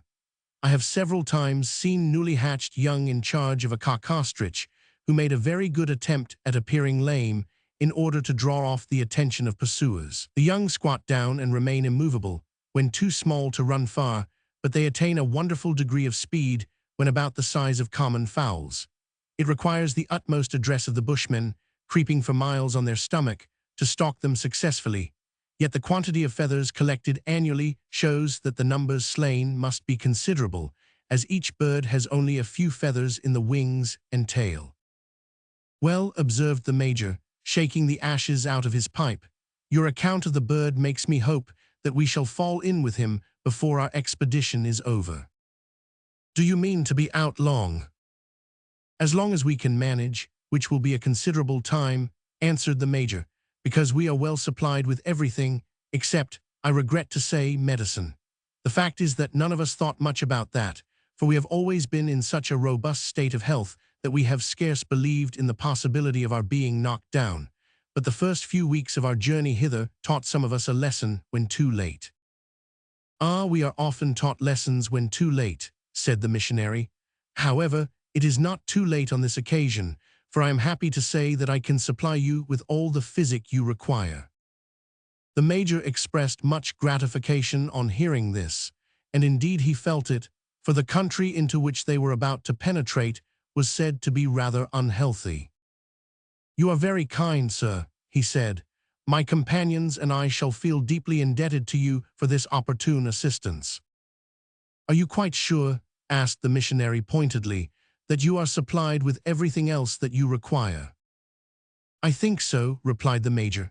"Let me see, yes, I don't know that we need anything more, now that you have so kindly offered to supply us with physic, which I had always held, up to the period of my residence in Africa, was fit only to be thrown to the dog." The missionary looked earnestly in the major's face and said, "Excuse me, sir, have you got a Bible?" "Well, really, my dear sir," he replied, somewhat confusedly, "I must confess that I have not. The fact is that it is somewhat inconvenient to carry books in such regions, and I did not think of bringing a Bible. Perhaps some one of our party may have one, however." None of the party replied to the major's look, except Tom Brown, who quietly said, "There is one, I believe, in the bottom of my trunk. One of my sisters told me she put it there, but I cannot say positively that I have seen it." "Will you accept of one?" said the missionary, rising. "We start at an early hour in the morning, and before going I would like to remind you, gentlemen, that eternity is nearer perchance than we suppose to some of us, and that medicine is required for the soul even more than for the body. Jesus Christ, the great physician, will teach you how to use it, if you will seek advice from himself. I feel assured that you will not take this parting word ill. Good night, gentlemen. I will give the drugs to your guide before leaving, and pray that God may prosper you in your way and give you success." There was a long silence round the campfire after the missionary had left. When night closed in and the sportsmen had retired to rest, the minds of most of them dwelt somewhat seriously on the great truth which he had stated, that medicine is needed not only for the body but the soul. Chapter 7 describes river hunting. "Well, Major, what are your orders for the day?" asked Tom Brown one fine morning after breakfast, while they were enjoying their usual pipe under the shade of a large umbrageous tree. "You'd better try the river that we have just come to," said the major. "Do you think me amphibious that you should always assign me that work?" asked Tom. "Not exactly, Tom, but I know you are fond of telling fibs, and perhaps the amphibious animals may afford you some scope in that way. At all events, they are capable of such astonishing feats that if you merely relate the truth about them, you will be sure to get credit in England for telling fibs, like poor Mungo Park, who was laughed at all his life for a notorious drawer of the longbow, although there never was a more truthful man." "People won't judge us so harshly, Major," said Wilkins, "for so many African travelers have corroborated Mungo Park's stories that the truth is pretty well known and believed by people of average education. But pray, is it your lordship's pleasure that I should accompany Tom? You know he cannot take care of himself, and no one of the party can act so powerfully as a check on his inveterate propensity to inordinate smoking as myself." "You must have studied Johnson's dictionary very closely in your boyhood," said Tom, puffing a prolonged cloud as a termination to the sentence. "But, Major, if you do condemn me to his company, please let us have Mafuta again, for Wilkins and I are like two uncongenial stones, and he acts as lime to keep us together." "Don't you think that Hicks had better be consulted before we make arrangements?" suggested Pearson. "Hear, hear," cried Ogilvy, "and I should like to know what is to be done with Brand and Anson, for they are both very much down with fever of some sort this morning." "Leave Jumbo with them," said Tom Brown. "He's better at nursing than hunting. By the way, was it not he who nursed the native that died last night in the kraal?" "It was, and they say he killed the poor nigger by careless treatment," said Pearson. "What nigger do you refer to?" asked Ogilvy. "The one who died, but I forgot. You were out after that hyena when it happened, and so I suppose have not heard of it," said Pearson. "We had a funeral in the village over there last night, and they say that our fellow Jumbo, who it seems was once a friend of the sick man, offered to sit up with him last night. There is a rumor that he was an enemy of Jumbo's, and that our cowardly scoundrel made this offer in order to have an opportunity of killing him in a quiet way. Hicks even goes the length of saying he is sure that Jumbo killed him, for when he saw the sick man last, he was under the impression what he had got the turn, and gave him a powder that would have been certain to cure. Or kill, interrupted Tom Brown. I've no faith in Hicks's skill as a practitioner. Of course not, said Wilkins. Proverbial philosophy asserts and requires that doctors should disagree. Be that as it may, continued Pearson, the native did die and was buried, so that's an end of him, and yonder sits Jumbo eating his breakfast at the campfire as if he had done a most virtuous action. The fact is, I don't believe the reports. I cannot believe that poor Jumbo, coward though he is, would be guilty of such an act. Perhaps not, said the Major, rising, but there's no possibility of settling the question now, and here comes Hicks, so I'll go and make arrangements with him about the day's proceedings. They have a primitive mode of conducting funerals here, said Tom Brown, when the Major had left. I happen to be up at the kraal currying favor with the chief man, for he has the power of bothering us a good deal if he chooses, and I observed what they did with this same dead man. I saw that he was very low as I passed the hut where he lay, and stopped to look on. His breath was very short, and presently he fell into what either might have been a profound sleep, or a swoon, or death. I could not be quite sure which, not being used to black fellows. I would have examined the poor man, but the friends kicked up a great row and shoved me off. Before the breath could have been well out of his body, they hoisted him up and carried him away to burial. I followed out of mere curiosity and found that the lazy rascals had shoved the body into an anteater's hole in order to save the trouble of digging a grave. While Tom and his friends were thus conversing over their pipes, their attention was attracted by a peculiar cry or howl of terror, such as they had never heard from any animal of those regions. Starting up, they instinctively grasped their guns and looked about them. The utterer of the cry was soon obvious in the person of Jumbo, who had leaped up suddenly, overturning his breakfast in the act, and stood gazing before him with his eyes starting out of their sockets, his teeth rattling together like a pair of castanets, his limbs quivering, and in fact his whole person displaying symptoms of the most abject terror of which the human frame is capable. The Major and Hicks, who stood not far from him, were both unusually pale in the face, as they gazed motionless before them. The fixedness of their looks directed the eyes of Tom Brown and his comrades towards a neighboring thicket, where they beheld an object that was well calculated to inspire dread. It appeared to be a living skeleton, covered with a black skin of the most ghastly appearance, and came staggering towards them like a drunken man. As it drew nearer, Jumbo's limbs trembled more and more violently, and his face became of a leaden blue color. At last, he became desperate, turned round, dashed right through the embers of the fire, and fled wildly from the spot with a howl that ended in a shriek of terror. No wonder he's terrified, observed Tom Brown to his alarmed comrades. I felt more than half certain the nigger was not dead last night, and now it is beyond question that they had buried him alive. Jumbo evidently thinks it's his ghost. Won't he give his friend a fright? Said Wilkins, on observing that the poor man went staggering on in the direction of the kraal. He will, said Hicks, laughing, but they'll make up for their haste by taking good care of him now. I declare I thought for a moment or two that it was a real ghost.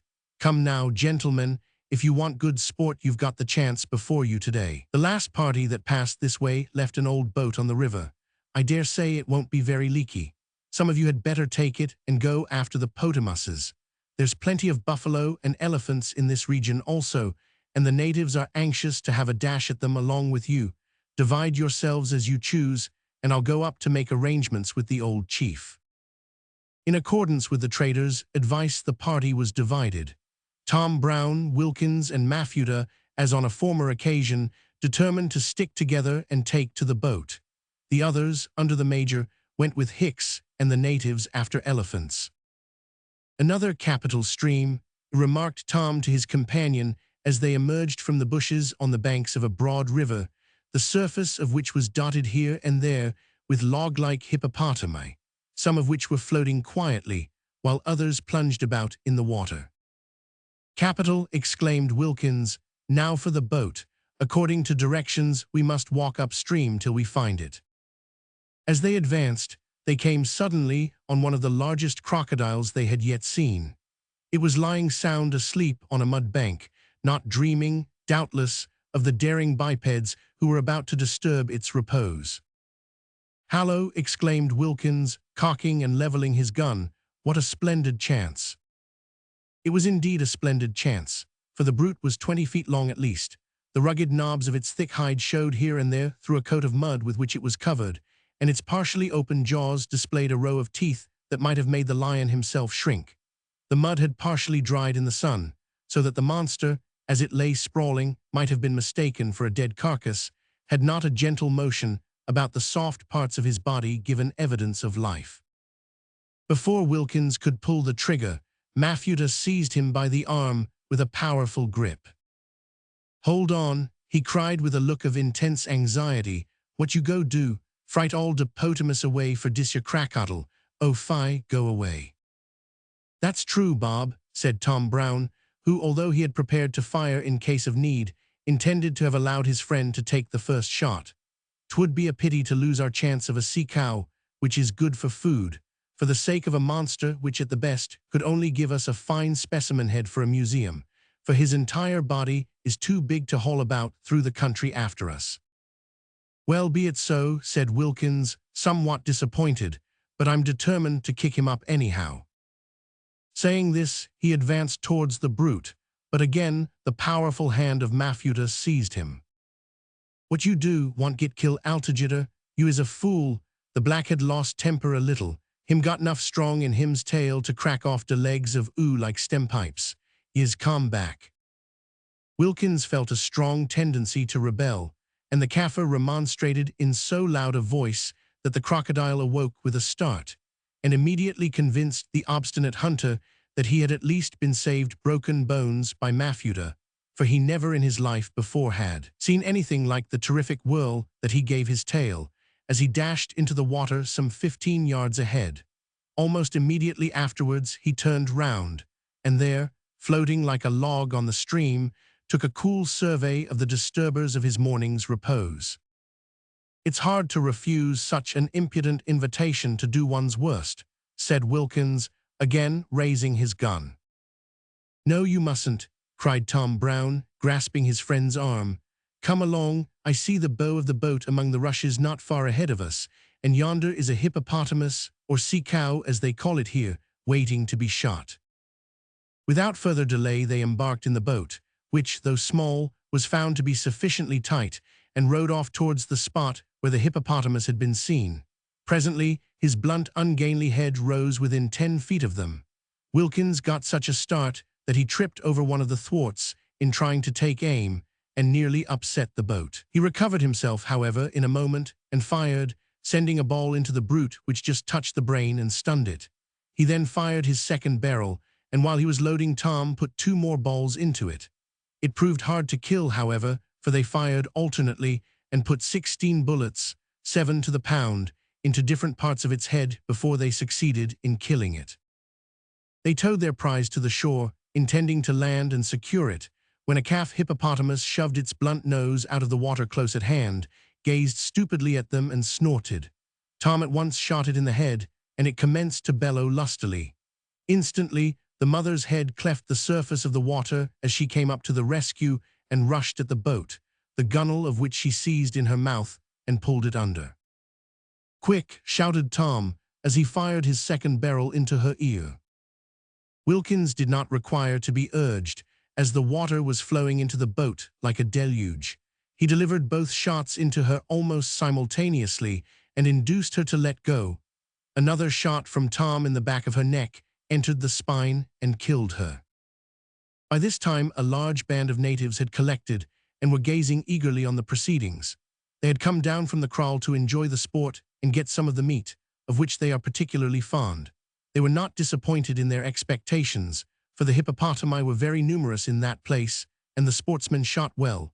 4 other animals fell before their deadly guns before another hour had passed, and as the bay was shallow, the natives waded in to drag them ashore. This was a very amusing scene, because crocodiles were so numerous that it was only possible for them to accomplish the work safely by entering the water together in large numbers, with inconceivable noise, yelling and splashing, in order to scare them away. They would not have ventured in singly or in small numbers on any account whatever, but on the present occasion, being numerous, they were very courageous, and joining hands so as to form a line from the shore to the floating animals, soon dragged them out. As the carcasses belonged to Hicks the trader, these black fellows knew well enough that they were not at liberty to do with them as they pleased, so they waited as patiently as they could for the glorious feast which they fondly hoped was in store for them. When the sportsmen at last landed to look after their game, they found 4 fine sea cows and the calf drawn up on the banks, side by side, with upwards of 100 Kaffirs gazing at them longingly. Nothing could be more courteous than the behavior of these savages when Mafuta cut off such portions as his party required. But no sooner was the remainder of the spoil handed over to them than there ensued a scene of indescribable confusion. They rushed at the carcasses like vultures, with assegais, knives, sticks, and axes, hallooing, bellowing, shoving, and fighting, in a manner that would have done credit to the wildest of the wild beasts by which they were surrounded. Yet there was a distinct sense of justice among them. It was indeed a desperate fight to obtain possession, but no one attempted to dispossess another of what he had been fortunate enough to secure. The strongest savages got at the carcasses first and cut off large lumps, which they hurled to their friends outside the struggling circle. These caught the meat thus thrown and ran with it, each to a separate heap, on which he deposited his piece and left it in perfect security. In order to introduce a little more fair play, however, for the benefit of the weaker brethren, Mafuta dashed in among them with a terrible sjambak, or whip, of rhinoceros hide, which he laid about him with wonderful effect. In a very short time, the whole of the meat was disposed of, not a scrap being left large enough to satisfy the cravings of the smallest conceivable crocodile that ever dwelt in that river. The effects of this upon the native mind was immediate and satisfactory. That night the sportsmen received from the kraal large and gratifying gifts of eggs, bread, rice, beer, pumpkins, and all the produce of the land. But we must not forestall. Before these dainties were enjoyed, that night the other members of the expedition had to come in with the result of their day's hunt. Let us therefore turn for a little to follow their footsteps. Chapter 8 shows that too high a price is sometimes paid for success in hunting. The successful commencement of this part of the day's hunt was somewhat curiously brought about by the Major. Most people have a distinct and strong antipathy for some creature which has the power of inspiring them with a species of loathing, amounting almost to terror. Some who would face a mad bull coolly enough spring with disgust from a cockroach or a centipede. Others there are who would permit a mouse to creep about their person with indifference, but would shudder at the bare idea of a frog happening to get under their bedclothes. Now Major Garrett's peculiar horror was a serpent. He was a daring man by nature, and experience had made him almost foolhardy. He would have faced a lion or an enraged elephant any day without flinching, and cared nothing for a buffalo bull, however mad, provided he had a trustworthy gun in his hand. But a serpent would cause him to leap into the air like a kangaroo, and if it chanced to come at him unawares, he would fly from it like the wind in a paroxysm of horror, if not fear.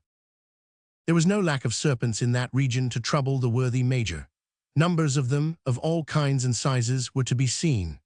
One in particular, which Mafuta killed with an assegai, was 8 feet 3 inches long, and so copiously supplied with poison that one of the dogs which attacked it, and was bitten, died almost instantaneously, while another died in about 5 minutes. Tom Brown, on another occasion, knocked over one of the same species, and it continued to distill pure poison from the fangs for hours after its head was cut off. Besides these there were the puff adders, which were very dangerous, and several vipers, as well as many other kinds which were comparatively harmless.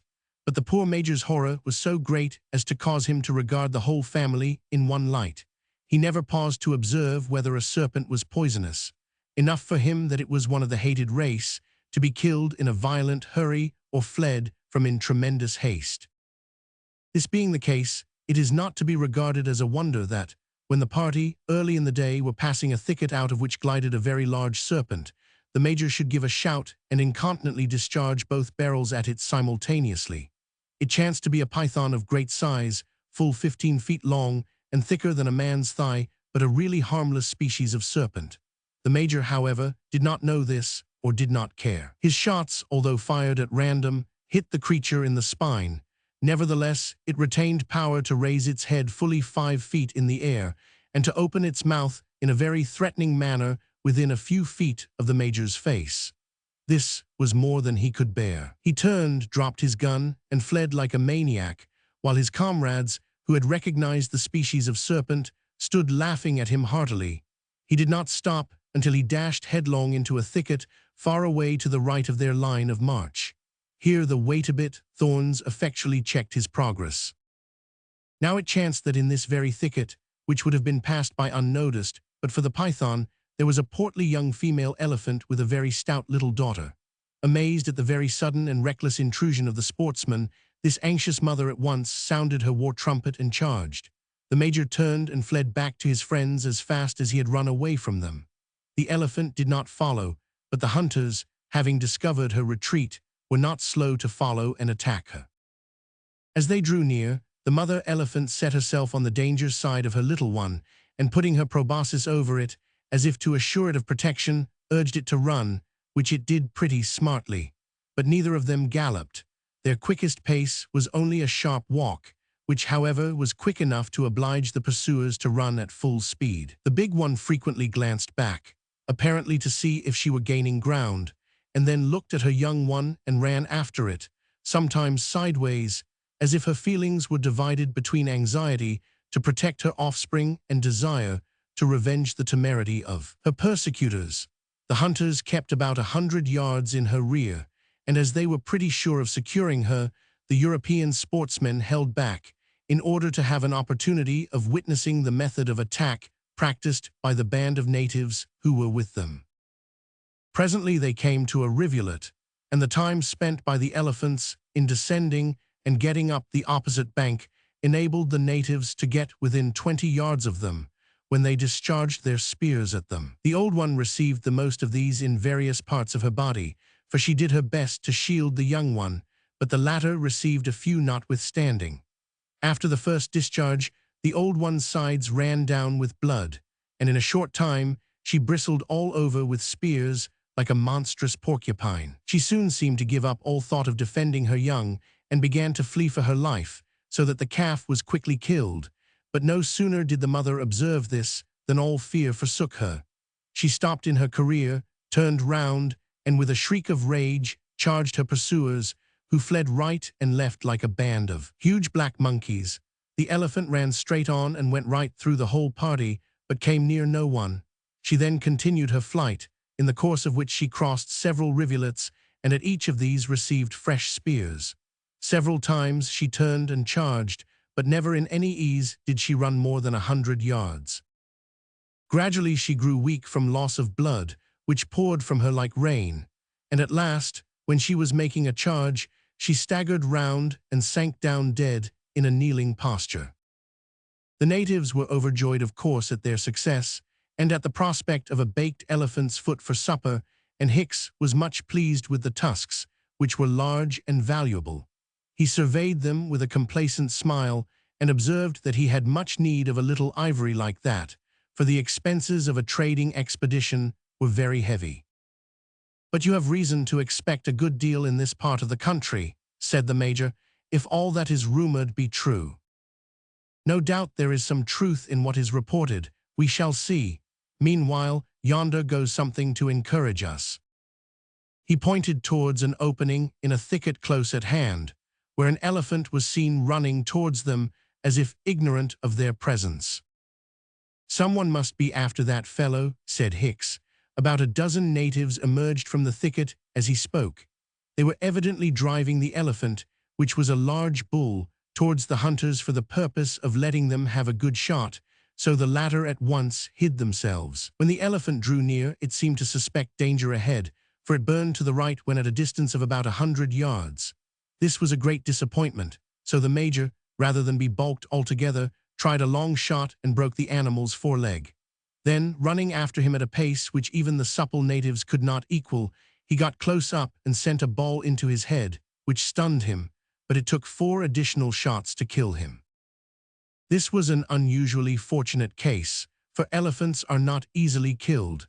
The African elephant is in many respects different from that of India and is never killed, like the Ceylon elephant, by a single ball in the brain. Dr. Livingstone tells us that on one occasion, when he was out with a large party of natives, a troop of elephants were attacked by them, and that one of these, in running away, fell into a hole, and before he could extricate himself, an opportunity was allowed for all the men to throw their spears. When the elephant rose, he was like a huge porcupine, for each of the 70 or 80 men had discharged more than one spear at him. As they had no more, they sent for the doctor to shoot him. He, anxious to put the animal at once out of pain, went up to within 20 yards, rested his gun on an ant-hill so as to take steady aim. But though he fired 12 2-ounce bullets, all he had, into different parts, he could not kill it. As it was getting dark, they were obliged to leave it standing there, intending to return in the morning in the full expectation of finding it dead. But though they searched all that day and went over more than 10 miles of ground, they never saw it again. The female elephant killed by our hunters at this time was a comparatively small one. Its height was 8 feet 8 inches. Many of those which were afterwards killed were of much greater height. Indian elephants never reached to the enormous size of the African elephant, which is distinguished from that of India by a mark that cannot be mistaken, namely, the ear, which in the African species is enormously large. That of the female just killed measured 4 feet 5 inches in length and 4 feet in breadth. A native has been seen to creep under an elephant's ear so as to be quite covered from the rain. The African elephant has never been tamed at the Cape, nor has one ever been exhibited in England. But to return to our hunters. Before that day had closed, the Major and his friends had made good bags. The total result of the day's hunt by both parties was 5 sea cows, 4 elephants, 2 buffaloes, a giraffe, and a number of birds of various kinds. Of course, this set the natives of the kraal into a ferment of joyous festivity, and the sportsmen rose very high in their estimation, insomuch that they overwhelmed them with gifts of native produce. Our hero was an especial favorite, because, on several occasions, he turned his medical and surgical knowledge to good account, and afforded many of them great relief from troubles which their own doctors had failed to cure or charm away. Some time after this, when they were traveling through a comparatively dry district, they encamped near a pool of water, and the sights they saw there were most amazing, for all the animals in the neighborhood flocked to the pool to slake their burning thirst. After supper, instead of going to rest, Tom Brown and most of the party resolved to go and watch this pool, the moon being bright at the time. They had not lain long in ambush beside it when a troop of elephants came rushing into it and began to drink with great avidity, spurting the water over each other and shrieking with delight. For some hours the hunters remained on the watch there and saw animals of all kinds come down to drink, antelopes, zebras, buffaloes, etc., in great numbers. Thus they passed through the country, enjoying themselves, and adding considerably to Hicks's stock of ivory, when an incident occurred which threw a deep gloom over the party for some time. One day they went out after some elephants which were reported to be near to their encampment, and about noon rested a little to refresh themselves. They had set out as a united party on this occasion, accompanied by a large band of natives armed with spears. Just after leaving the spot where they rested, the Major discovered that he had left his knife behind him and went back to look for it, in company with Tom Brown. As it was only 1/4 of a mile off, or less, they foolishly left their guns behind them.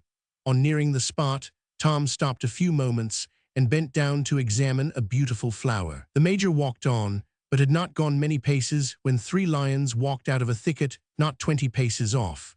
Tom had risen and saw the lions, and for the first time in his life felt a sensation about the heart, which is popularly known as the blood curdling in the vein. The Major, being totally unarmed, stopped and stood motionless like a statue.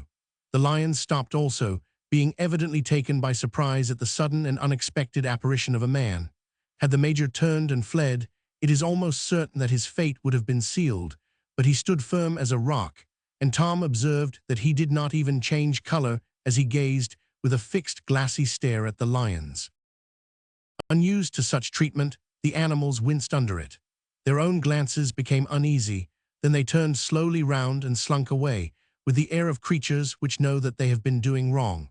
In a few moments they bounded off at full speed, their pace being accelerated by the terrible yell which burst simultaneously from Tom and the Major, who found intense relief in this violent expression of their pent-up feelings. But this, good reader, is not the gloomy incident to which we have referred. It was just after the occurrence of this minor episode in the proceedings of the day that the party came upon fresh tracks of a troop of elephants and set off in pursuit. The Englishmen were on horseback, having obtained steeds from a trader whom they had met farther south, but the natives, a very large band, were on foot. While they were advancing through a somewhat open part of the country, 4 lions were seen on the top of a low sandhill, which was covered with bushes and a few stunted trees. It was at once resolved that they should be surrounded. Accordingly, the natives were ordered to form a wide ring round the hill. "Now," said Hicks, who assumed command of the party in virtue of his superior knowledge, "we must separate and advance from different directions, and be sure, gentlemen, that you don't shoot the niggers. Look well before you. That hollow is a very likely place for one of them to run along, therefore the best shot among you had better go up there." "Who is the best shot?"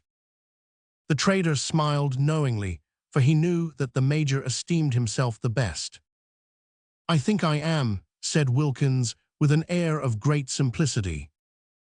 There was a general laugh at this, for it was well known that Wilkins was the worst shot of the party. "Well now," said he with a good-natured smile, "since you have insulted me so grossly, I think myself entitled to name the best man. I therefore suggest Tom Brown." "Right," said Pearson. The others being all agreed, Tom consented, with becoming modesty, to take the post of honor and of danger. "Are we to ride or walk?" he asked. "Walk, of course," said Hicks. "The ground is much too rough for horses." "And I trust, Tom," said Wilkins, "that you will permit me to follow you. I am the worst shot, you know, and the worst and best should go together on the acknowledged principle that extremes meet." This being arranged, the sportsmen dismounted, fastened their horses to trees, and separated. The circle of men gradually closed in and ascended the hill pretty near to each other. Presently, Tom Brown observed one of the lions get upon a piece of rock. The Major also saw him, and being anxious to secure the first shot, fired somewhat hastily and hit the rock on which the magnificent brute was standing, as if it had got up there to take a cool survey of the field. He bit at the spot struck, as a dog bites at a stick or stone thrown at him. Next moment, Tom Brown sent a bullet straight into his heart, and his tail made a splendid flourish as he fell off his pedestal. Almost immediately after 2 of the other lions broke cover, dashed towards the circle of men, went right through them, and escaped. The courage of the natives proved unequal to the danger of facing such a charge. A great shout, partly, no doubt, of disappointment, was given when the lions escaped. This had the effect of causing the 4th lion to break cover and leap upon a rock, as the first had done. The hunter nearest to him was Pearson, who was not farther off than shout 30 yards. He took good aim, fired both barrels at him, and tumbled him off the rock into a small bush beside it. "He is wounded," cried Hicks, "but not killed, have a care." Pearson was loading his gun as fast as possible when he heard a loud shout and cries of "Look out! Take care!" Starting and turning half round, he saw the animal in the act of springing on him. Before he could move, he was struck on the head, and next moment the lion and he went down together. Growling horribly, the enraged brute seized poor Pearson and shook him as a terrier dog shakes a rat. Although stunned, he was able to turn a little to relieve himself of its weight, for the lion had placed one paw on the back of his head. Instantly the Major, Tom Brown, and Hicks ran up and fired 6 shots into him almost simultaneously and at a few yards' distance. With a terrific roar he left Pearson and, springing on Hicks, caught him by the leg. Mafuta immediately rushed at him with a spear, but was caught by the lion on the shoulder and dragged down. Seeing this, Tom Brown caught up the spear and plunged it deep into the chest of the brute, which seized it savagely in his teeth and snapped it in two like a twig, throwing Tom down in the act. But another bullet from Wilkins and the effects of the previous shots caused him to drop down suddenly quite dead. It was found on examination that the injuries received by poor Pearson were mortal, as could just speak, but could not move. A litter was therefore hastily prepared for him, and one also for Hicks, whose leg was severely injured, though fortunately not broken. Mafuta's hurts were trifling, and Tom Brown had only received 1 or 2 scratches in his fall. In a short time, the litters were ready, and the party returned to their encampment. That night Pearson expressed a strong desire to have the Bible read to him, and Tom Brown, who had done all that professional skill could accomplish to relieve his comrade's suffering body, sought out from the bottom of his box that precious book which the missionary had told him contained medicine for the soul. The dying man was very anxious, as gave Tom no rest, but questioned him eagerly and continuously during the whole night about the things which concerned his soul. His doctor could not assist him much, and keenly did he feel, at that time, how awful it is to postpone thoughts of eternity to a dying hour. As did his best, however, to comfort his friend, by reading passage after passage from the sacred book, dwelling particularly on, and repeating this text, "The blood of Jesus Christ, his Son, cleanseth from all sin." Towards morning Pearson fell into a lethargic sleep, out of which he never awoke. Next day they buried him under the shade of a spreading tree, and left him there, alone in the wilderness. Chapter 9. The Last. From this period, everything like good fortune seemed to forsake the hunters. The trader's wound became so painful that he resolved to return to the settlements, and accordingly their faces were turned southward. But the way was toilsome, the heat intense, and the water scarce, more so than it had been on the outward journey. To add to their troubles, fever and ague attacked most of the white men, and one of them, Ogilvy, died on the journey. At last Tom Brown, who had up to that time been one of the strongest of the party, broke down, and it was found to be necessary to leave him behind at a native village, for it would have been certain death to the others to have remained with him, and their doing so could have done him no good. "I cannot tell you, Tom," said the Major, as he sat beside his friend's couch the night before they parted, "how deeply it grieves me to leave you in this way, but you see, my dear fellow, that the case is desperate. You are incapable of moving. If we remain here, the most of us will die, for I find that it is all I can do to drag one leg after the other, and I have grave doubts as to whether I shall ever get out of this rascally country alive. As to poor Bob Wilkins, he is in a worse condition than myself. Now, our intention is to leave you all the physic, push on as fast as possible to the nearest settlement, where we shall get more for ourselves, and send out a party of natives under some trustworthy trader to fetch you out of the country." "You are very kind, Major," said Tom languidly, "but I cannot allow you to leave me all the physic.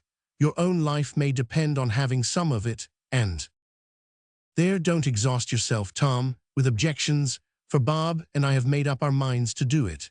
The very fact that every day we are getting nearer the habitable parts of the world will keep our spirits up and give us strength, and you may depend upon it, my poor fellow, that we won't waste time in sending help to you." The Major's voice trembled a little, for he had become very weak, and had secret misgivings that he would never see his friend again. "We are going to leave Mafuta with you," he added quickly. "That's right," exclaimed Tom, with an expression of satisfaction. "If anyone is able to pull me through this bout, Mafuta is the man. By the way, Major, will you do me the favor to open my portmanteau and fetch me the Bible you will find there? I mean to read it. Do you know, I have been thinking that we are great fools to keep calling ourselves Christians when we have scarcely any of the signs of Christianity about us, and particularly in putting off the consideration of our souls' interests to a time like this." "Upon my word, Tom, I agree with you," said the Major. "Well then," said Tom, like a good fellow, "get the Bible for me, and let me advise you as a friend to make use of the one the missionary gave you. I mean to turn over a new leaf. My only fear is that if I get well, I shall become as indifferent as I was before." "No fear of that, Tom. You are much too honest-hearted to be so changeable." I don't know, said Tom, with an attempt at a smile. I should not be easy if my salvation depended on the honesty of my heart. I rather fear, Major, that your method of comforting me is not what the missionary would call orthodox. But good night, old fellow. I feel tired, and find it wonderfully difficult not only to speak, but to think, so I'll try to sleep. Saying this, our hero turned on his side and soon fell into a quiet slumber, out of which he did not awake until late the following morning. The Major, meanwhile, sought for and found the Bible in his portmanteau and laid it on his pillow, so that he might find it there on awaking. For a long time he and Wilkins sat by the sick man's side next morning in the hope of his awaking, that they might bid him goodbye. But Tom did not rouse up, so, being unwilling to disturb him, they left without having the sad satisfaction of saying farewell. When Tom Brown awoke, late in the day, he found Mafuta sitting at his feet with a broad grin on his dusky countenance. "What are you laughing at, you rascal?" demanded Tom somewhat sternly. "Me laughin' at you's face."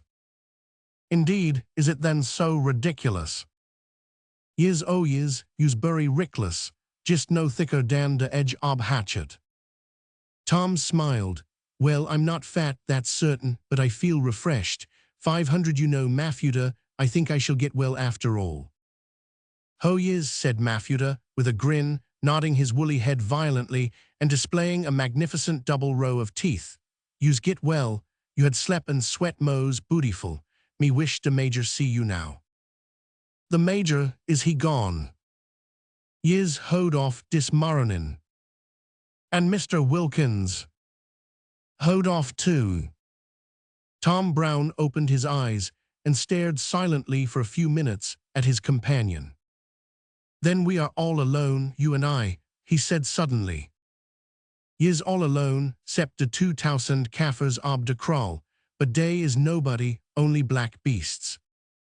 Tom laughed to hear his attendant talk so scornfully of his countrymen, and Mafuta laughed to see his master in such good spirits, after which the former became grave, and, feeling a slight twinge of hunger, made a sudden demand for food. Mafuta rose and left the tent, and Tom, turning on his side, observed the Bible lying on the pillow. He opened it, but forgot to read, in consequence of his attention being arrested by the extreme thinness of his hands. Recovering himself, he turned to the 21st Psalm, but had only read the first verse when the book dropped from his fingers, and he again fell sound asleep. This was the turning point in his illness. He began to mend a little, but so slowly that he almost lost heart once or twice, and felt convinced that if he did not make an attempt to get out of the unhealthy region, he should never regain strength. Acting on this belief, he left the native village on foot, carrying nothing but his rifle, which seemed to him, in his weak condition, to be as heavy as a small cannon. Mafuta went on in advance, heavily laden with the blankets, a small tent, provisions, ammunition, etc., necessary for the journey. At first Tom could scarcely walk a mile without sitting down several times to rest, on which occasions Mafuta endeavored to cheer him up by threatening to leave him to his fate. This was a somewhat singular mode of stimulating, but he deemed it the wisest course and acted on it. When Tom lay down under the shade of a tree, thoroughly knocked up, the Kaffir would bid him farewell and go away, but in a short time he would return and urge him to make another attempt. Thus Tom Brown traveled, day after day, under the broiling sun. During that period, which he afterwards described as the most dreadful of his life, fever and ague reduced him to a state of excessive weakness. In fact, it was a battle between the dire disease and that powerful constitution for which the Brown family is celebrated. For a considerable time, it appeared very doubtful how the battle would end. One morning Tom was awakened by his faithful attendant to resume his weary journey. He got up with a heavy sigh and almost fell down again from weakness. "I think, Mafuta," said Tom gravely, "that I'm pretty nearly used up. You'll have to leave me, I fear, and make the best of your way out of this wretched country alone." "Dis a fuss-rate country," said the Kaffir quietly. "Ah, true, Mafuta, I forgot for a moment that it is your native land. However, I am bound to admit that it is a first-rate country for sport, also for killing Englishmen. I don't feel able to move a step." Tom sat down as he said this, and, uttering a sort of groan, leaned his back against a tree. "Yous know, go fader." "No," said Tom, with some asperity, for he felt too much exhausted to speak. "Very good, me say goodbye." Mafuta nodded his head as he spoke, and, gravely shouldering his load, marched away.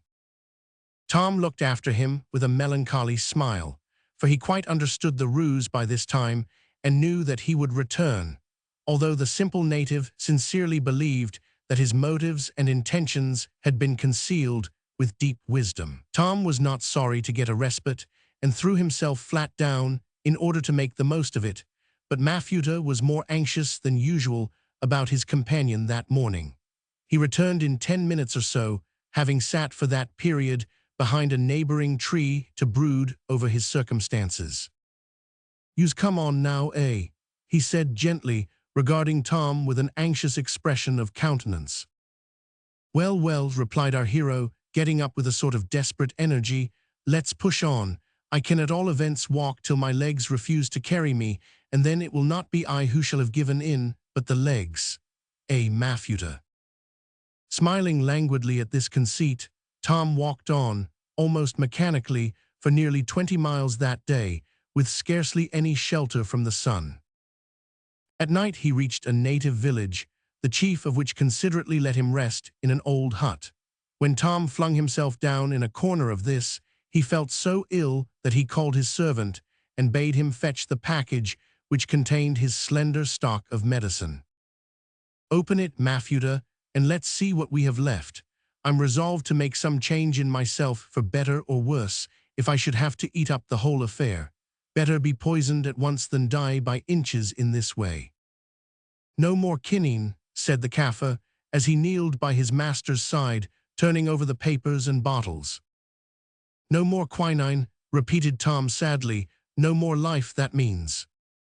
"Nothing more but 3 emetics and small drop laudanum," said Mafuta. "3 emetics," said Tom, "and some laudanum. Come, I'll try these. Mix the whole of 'em in a can and be quick, like a good fellow. I'll have one good jorum whatever happens."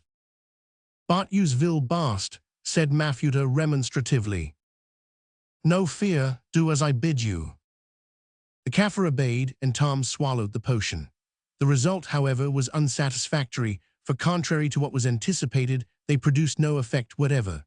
To make matters worse, the hut in which they lay was overrun with rats, which were not only sleepless and active, but daring, for they kept galloping round the floor all night, and chasing one another over Tom's body and face. After a time he became desperate.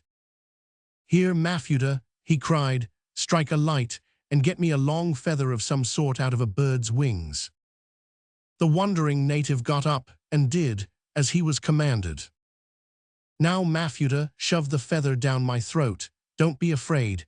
I'll give you a dig in the ribs if you go too far." The result of this operation was speedy and complete.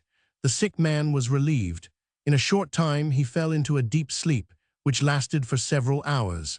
After this he awoke much refreshed, and having obtained some rice from the native chief, ate a little with relish. Next day they resumed their journey, and traveled till 4 in the afternoon, when the fit of ague prostrated Tom for a couple of hours, as it had been in the habit of doing regularly at the same hour for some time past, leaving him in a very exhausted state of body and much depressed in spirits. In the course of a week, however, this extreme depression passed away, and he managed to get along, painfully it is true, but creditably. They were fortunate enough soon after to meet with a trader, from whom our hero purchased 2 stout horses, and thenceforward the journey became more agreeable. At least Tom's returning strength enabled him to enjoy it, for it could not be said that the fatigues or privations of the way had decreased. On the contrary, in some respects they had increased considerably. One day, while Tom was ambling along the margin of a belt of thick wood, with his sable guide riding in advance, he came suddenly in sight of a herd of giraffes. He had been short of fresh meat for a couple of days, because, although there was no lack of game, his arm had not become sufficiently steady to enable him to take a good aim, and being unwilling to resign the office of hunter to his attendant until reduced to the last extremity, He had taken all the chances that occurred and had missed on every occasion. Being determined not to miss this opportunity, he at once put spurs to his steed and dashed after the giraffes at a breakneck pace. The ground was very rocky, uneven, and full of holes and scrubby bushes. The long-necked creatures at once set off at a pace which tried Tom's steed, although a good one, to the utmost. There was a thick forest of macalani trees about a mile away to the left, towards which the giraffes headed, evidently with the intention of taking refuge there. Tom observed this and made a detour in order to get between them and the wood. This made it necessary to put on a spurt to regain lost distance, but on such ground the speed was dangerous. He neared one of the animals, however, and was standing up in his stirrups, intent on taking a flying shot, when his horse suddenly put his foot in a hole and fell so violently that he rolled heels over head several times like a hare shot in full career. Fortunately, his rider was sent out of the saddle like a rocket and fell a considerable distance ahead and out of the way of the rolling horse. A friendly bush received him and saved his neck, but tore his coat to tatters. Jumping up, he presented at the giraffe, which was galloping off about 200 yards ahead. In the fall, the barrel of his rifle had been so covered with dead leaves and dust that he could not take aim. Hastily wiping it with his sleeve, he presented again and fired. The ball hit the giraffe on the hip, but it failed to bring him down.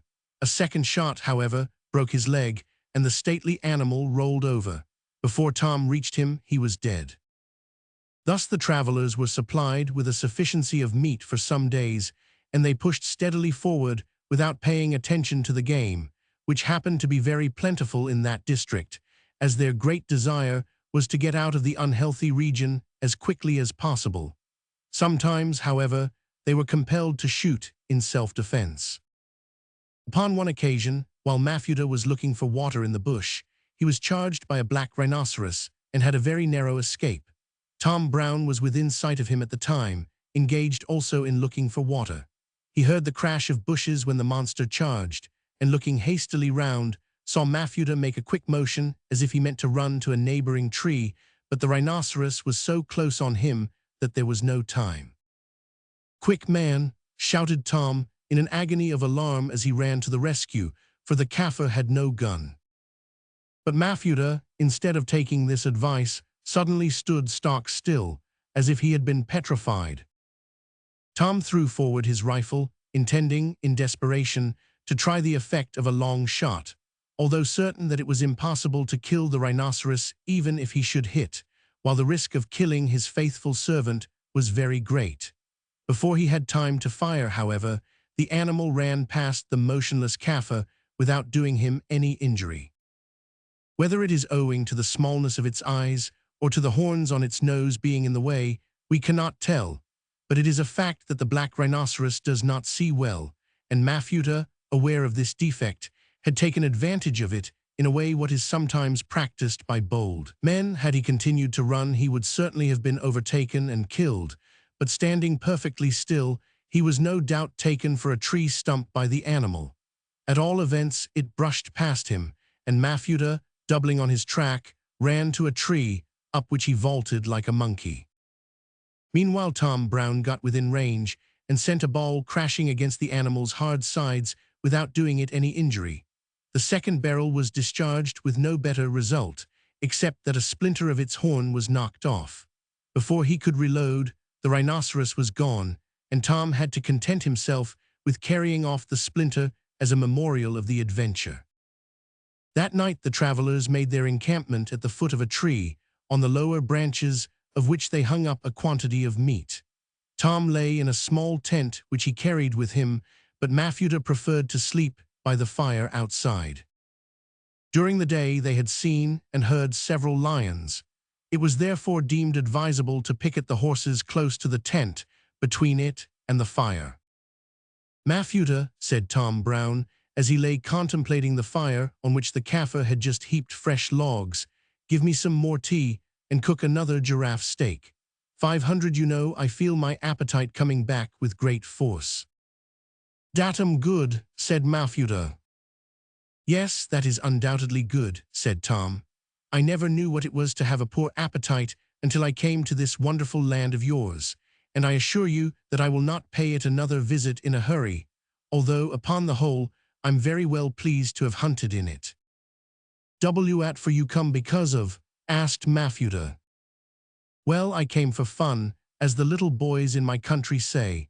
I came for change, for variety, for amusement, for relaxation, for sport. Do you understand any of these expressions?" "Me not understand, Mark," answered Mafuta with great simplicity of manner, "but why you want for change? Me never wants no change." "Ah, Mafuta," replied Tom with a smile, "you're a happy man. The fact is that we civilized people lead artificial lives to a large extent and therefore require a change sometimes to recruit our energies, that is, to put us right again, whereas you and your friends live in a natural way and therefore don't require putting right. 500, you understand." "Not Mark," answered the Kaffir, gazing into the fire with a puzzled look. "You say we lives natural life and don't need be put right. Very good. Why you not live natural life too, and no need be put right, be always right?" Tom laughed at this. "It's not easy to answer that question, Mafuta. We have surrounded ourselves with a lot of wants, some of which are right and some wrong. For instance, we want clothes, and houses, and books, and tobacco, and hundreds of other things, which cost a great deal of money, and in order to make the money we must work late and early, which hurts our health, and many of us must sit all day instead of walk or ride, so that we get ill and require a change of life, such as a trip to Africa to shoot lions, else we should die too soon. In fact, most of our lives consists in a perpetual struggle between healthy constitutions and false modes of living." "Dat berry foolish," said Mafuta, shaking his head. "Me understand, dat baki good, berry good, but what the use of claws? Why you not go naked? S'pose 'cause you not black, eh?" "Well, not exactly. The fact is—" At this point, the conversation was interrupted by the low murmuring growl of the lion. The two men gazed at one another earnestly and listened. Tom quietly laid his hand on his rifle, which always lay ready loaded at his side, and Mafuta grasped the handle of the knife that hung at his girdle. For some minutes, they remained silent and motionless, waiting for a repetition of the sound, while the campfire glittered brightly, lighting up the expressive countenance of our hero, and causing the whites of Mafuta's eyes to glisten. Again they heard the growl much nearer than before, and it became evident that the lion was intent on claiming hospitality. The horses pricked up their ears, snuffed the night air wildly, and showed every symptom of being ill at ease. Tom Brown, without rising, slowly cocked his rifle, and Mafuta, drawing his knife, showed his brilliant white teeth as if he had been a dog. Gradually and stealthily, the king of the forest drew near, muttering to himself, as it were, in an undertone. He evidently did not care to disturb the horses, having set his heart upon the meat which hung on the tree, and the anxious listeners in the tent heard him attempting to claw it down. Tom Brown was hastily revolving in his mind the best mode of killing or scaring away this presumptuous visitor, when the lion, in its wanderings round the tree, tripped over one of the lines of the tent, causing it to vibrate. He uttered a growl of dissatisfaction and seized the cord in his teeth. "Look out, Mafuta!" exclaimed Tom as he observed the shadow of the beast against the curtain. He fired as he spoke. A terrific roar followed, the canvas was instantly torn open, and the whole tent fell in dire confusion on the top of its inmates. Tom Brown did not move.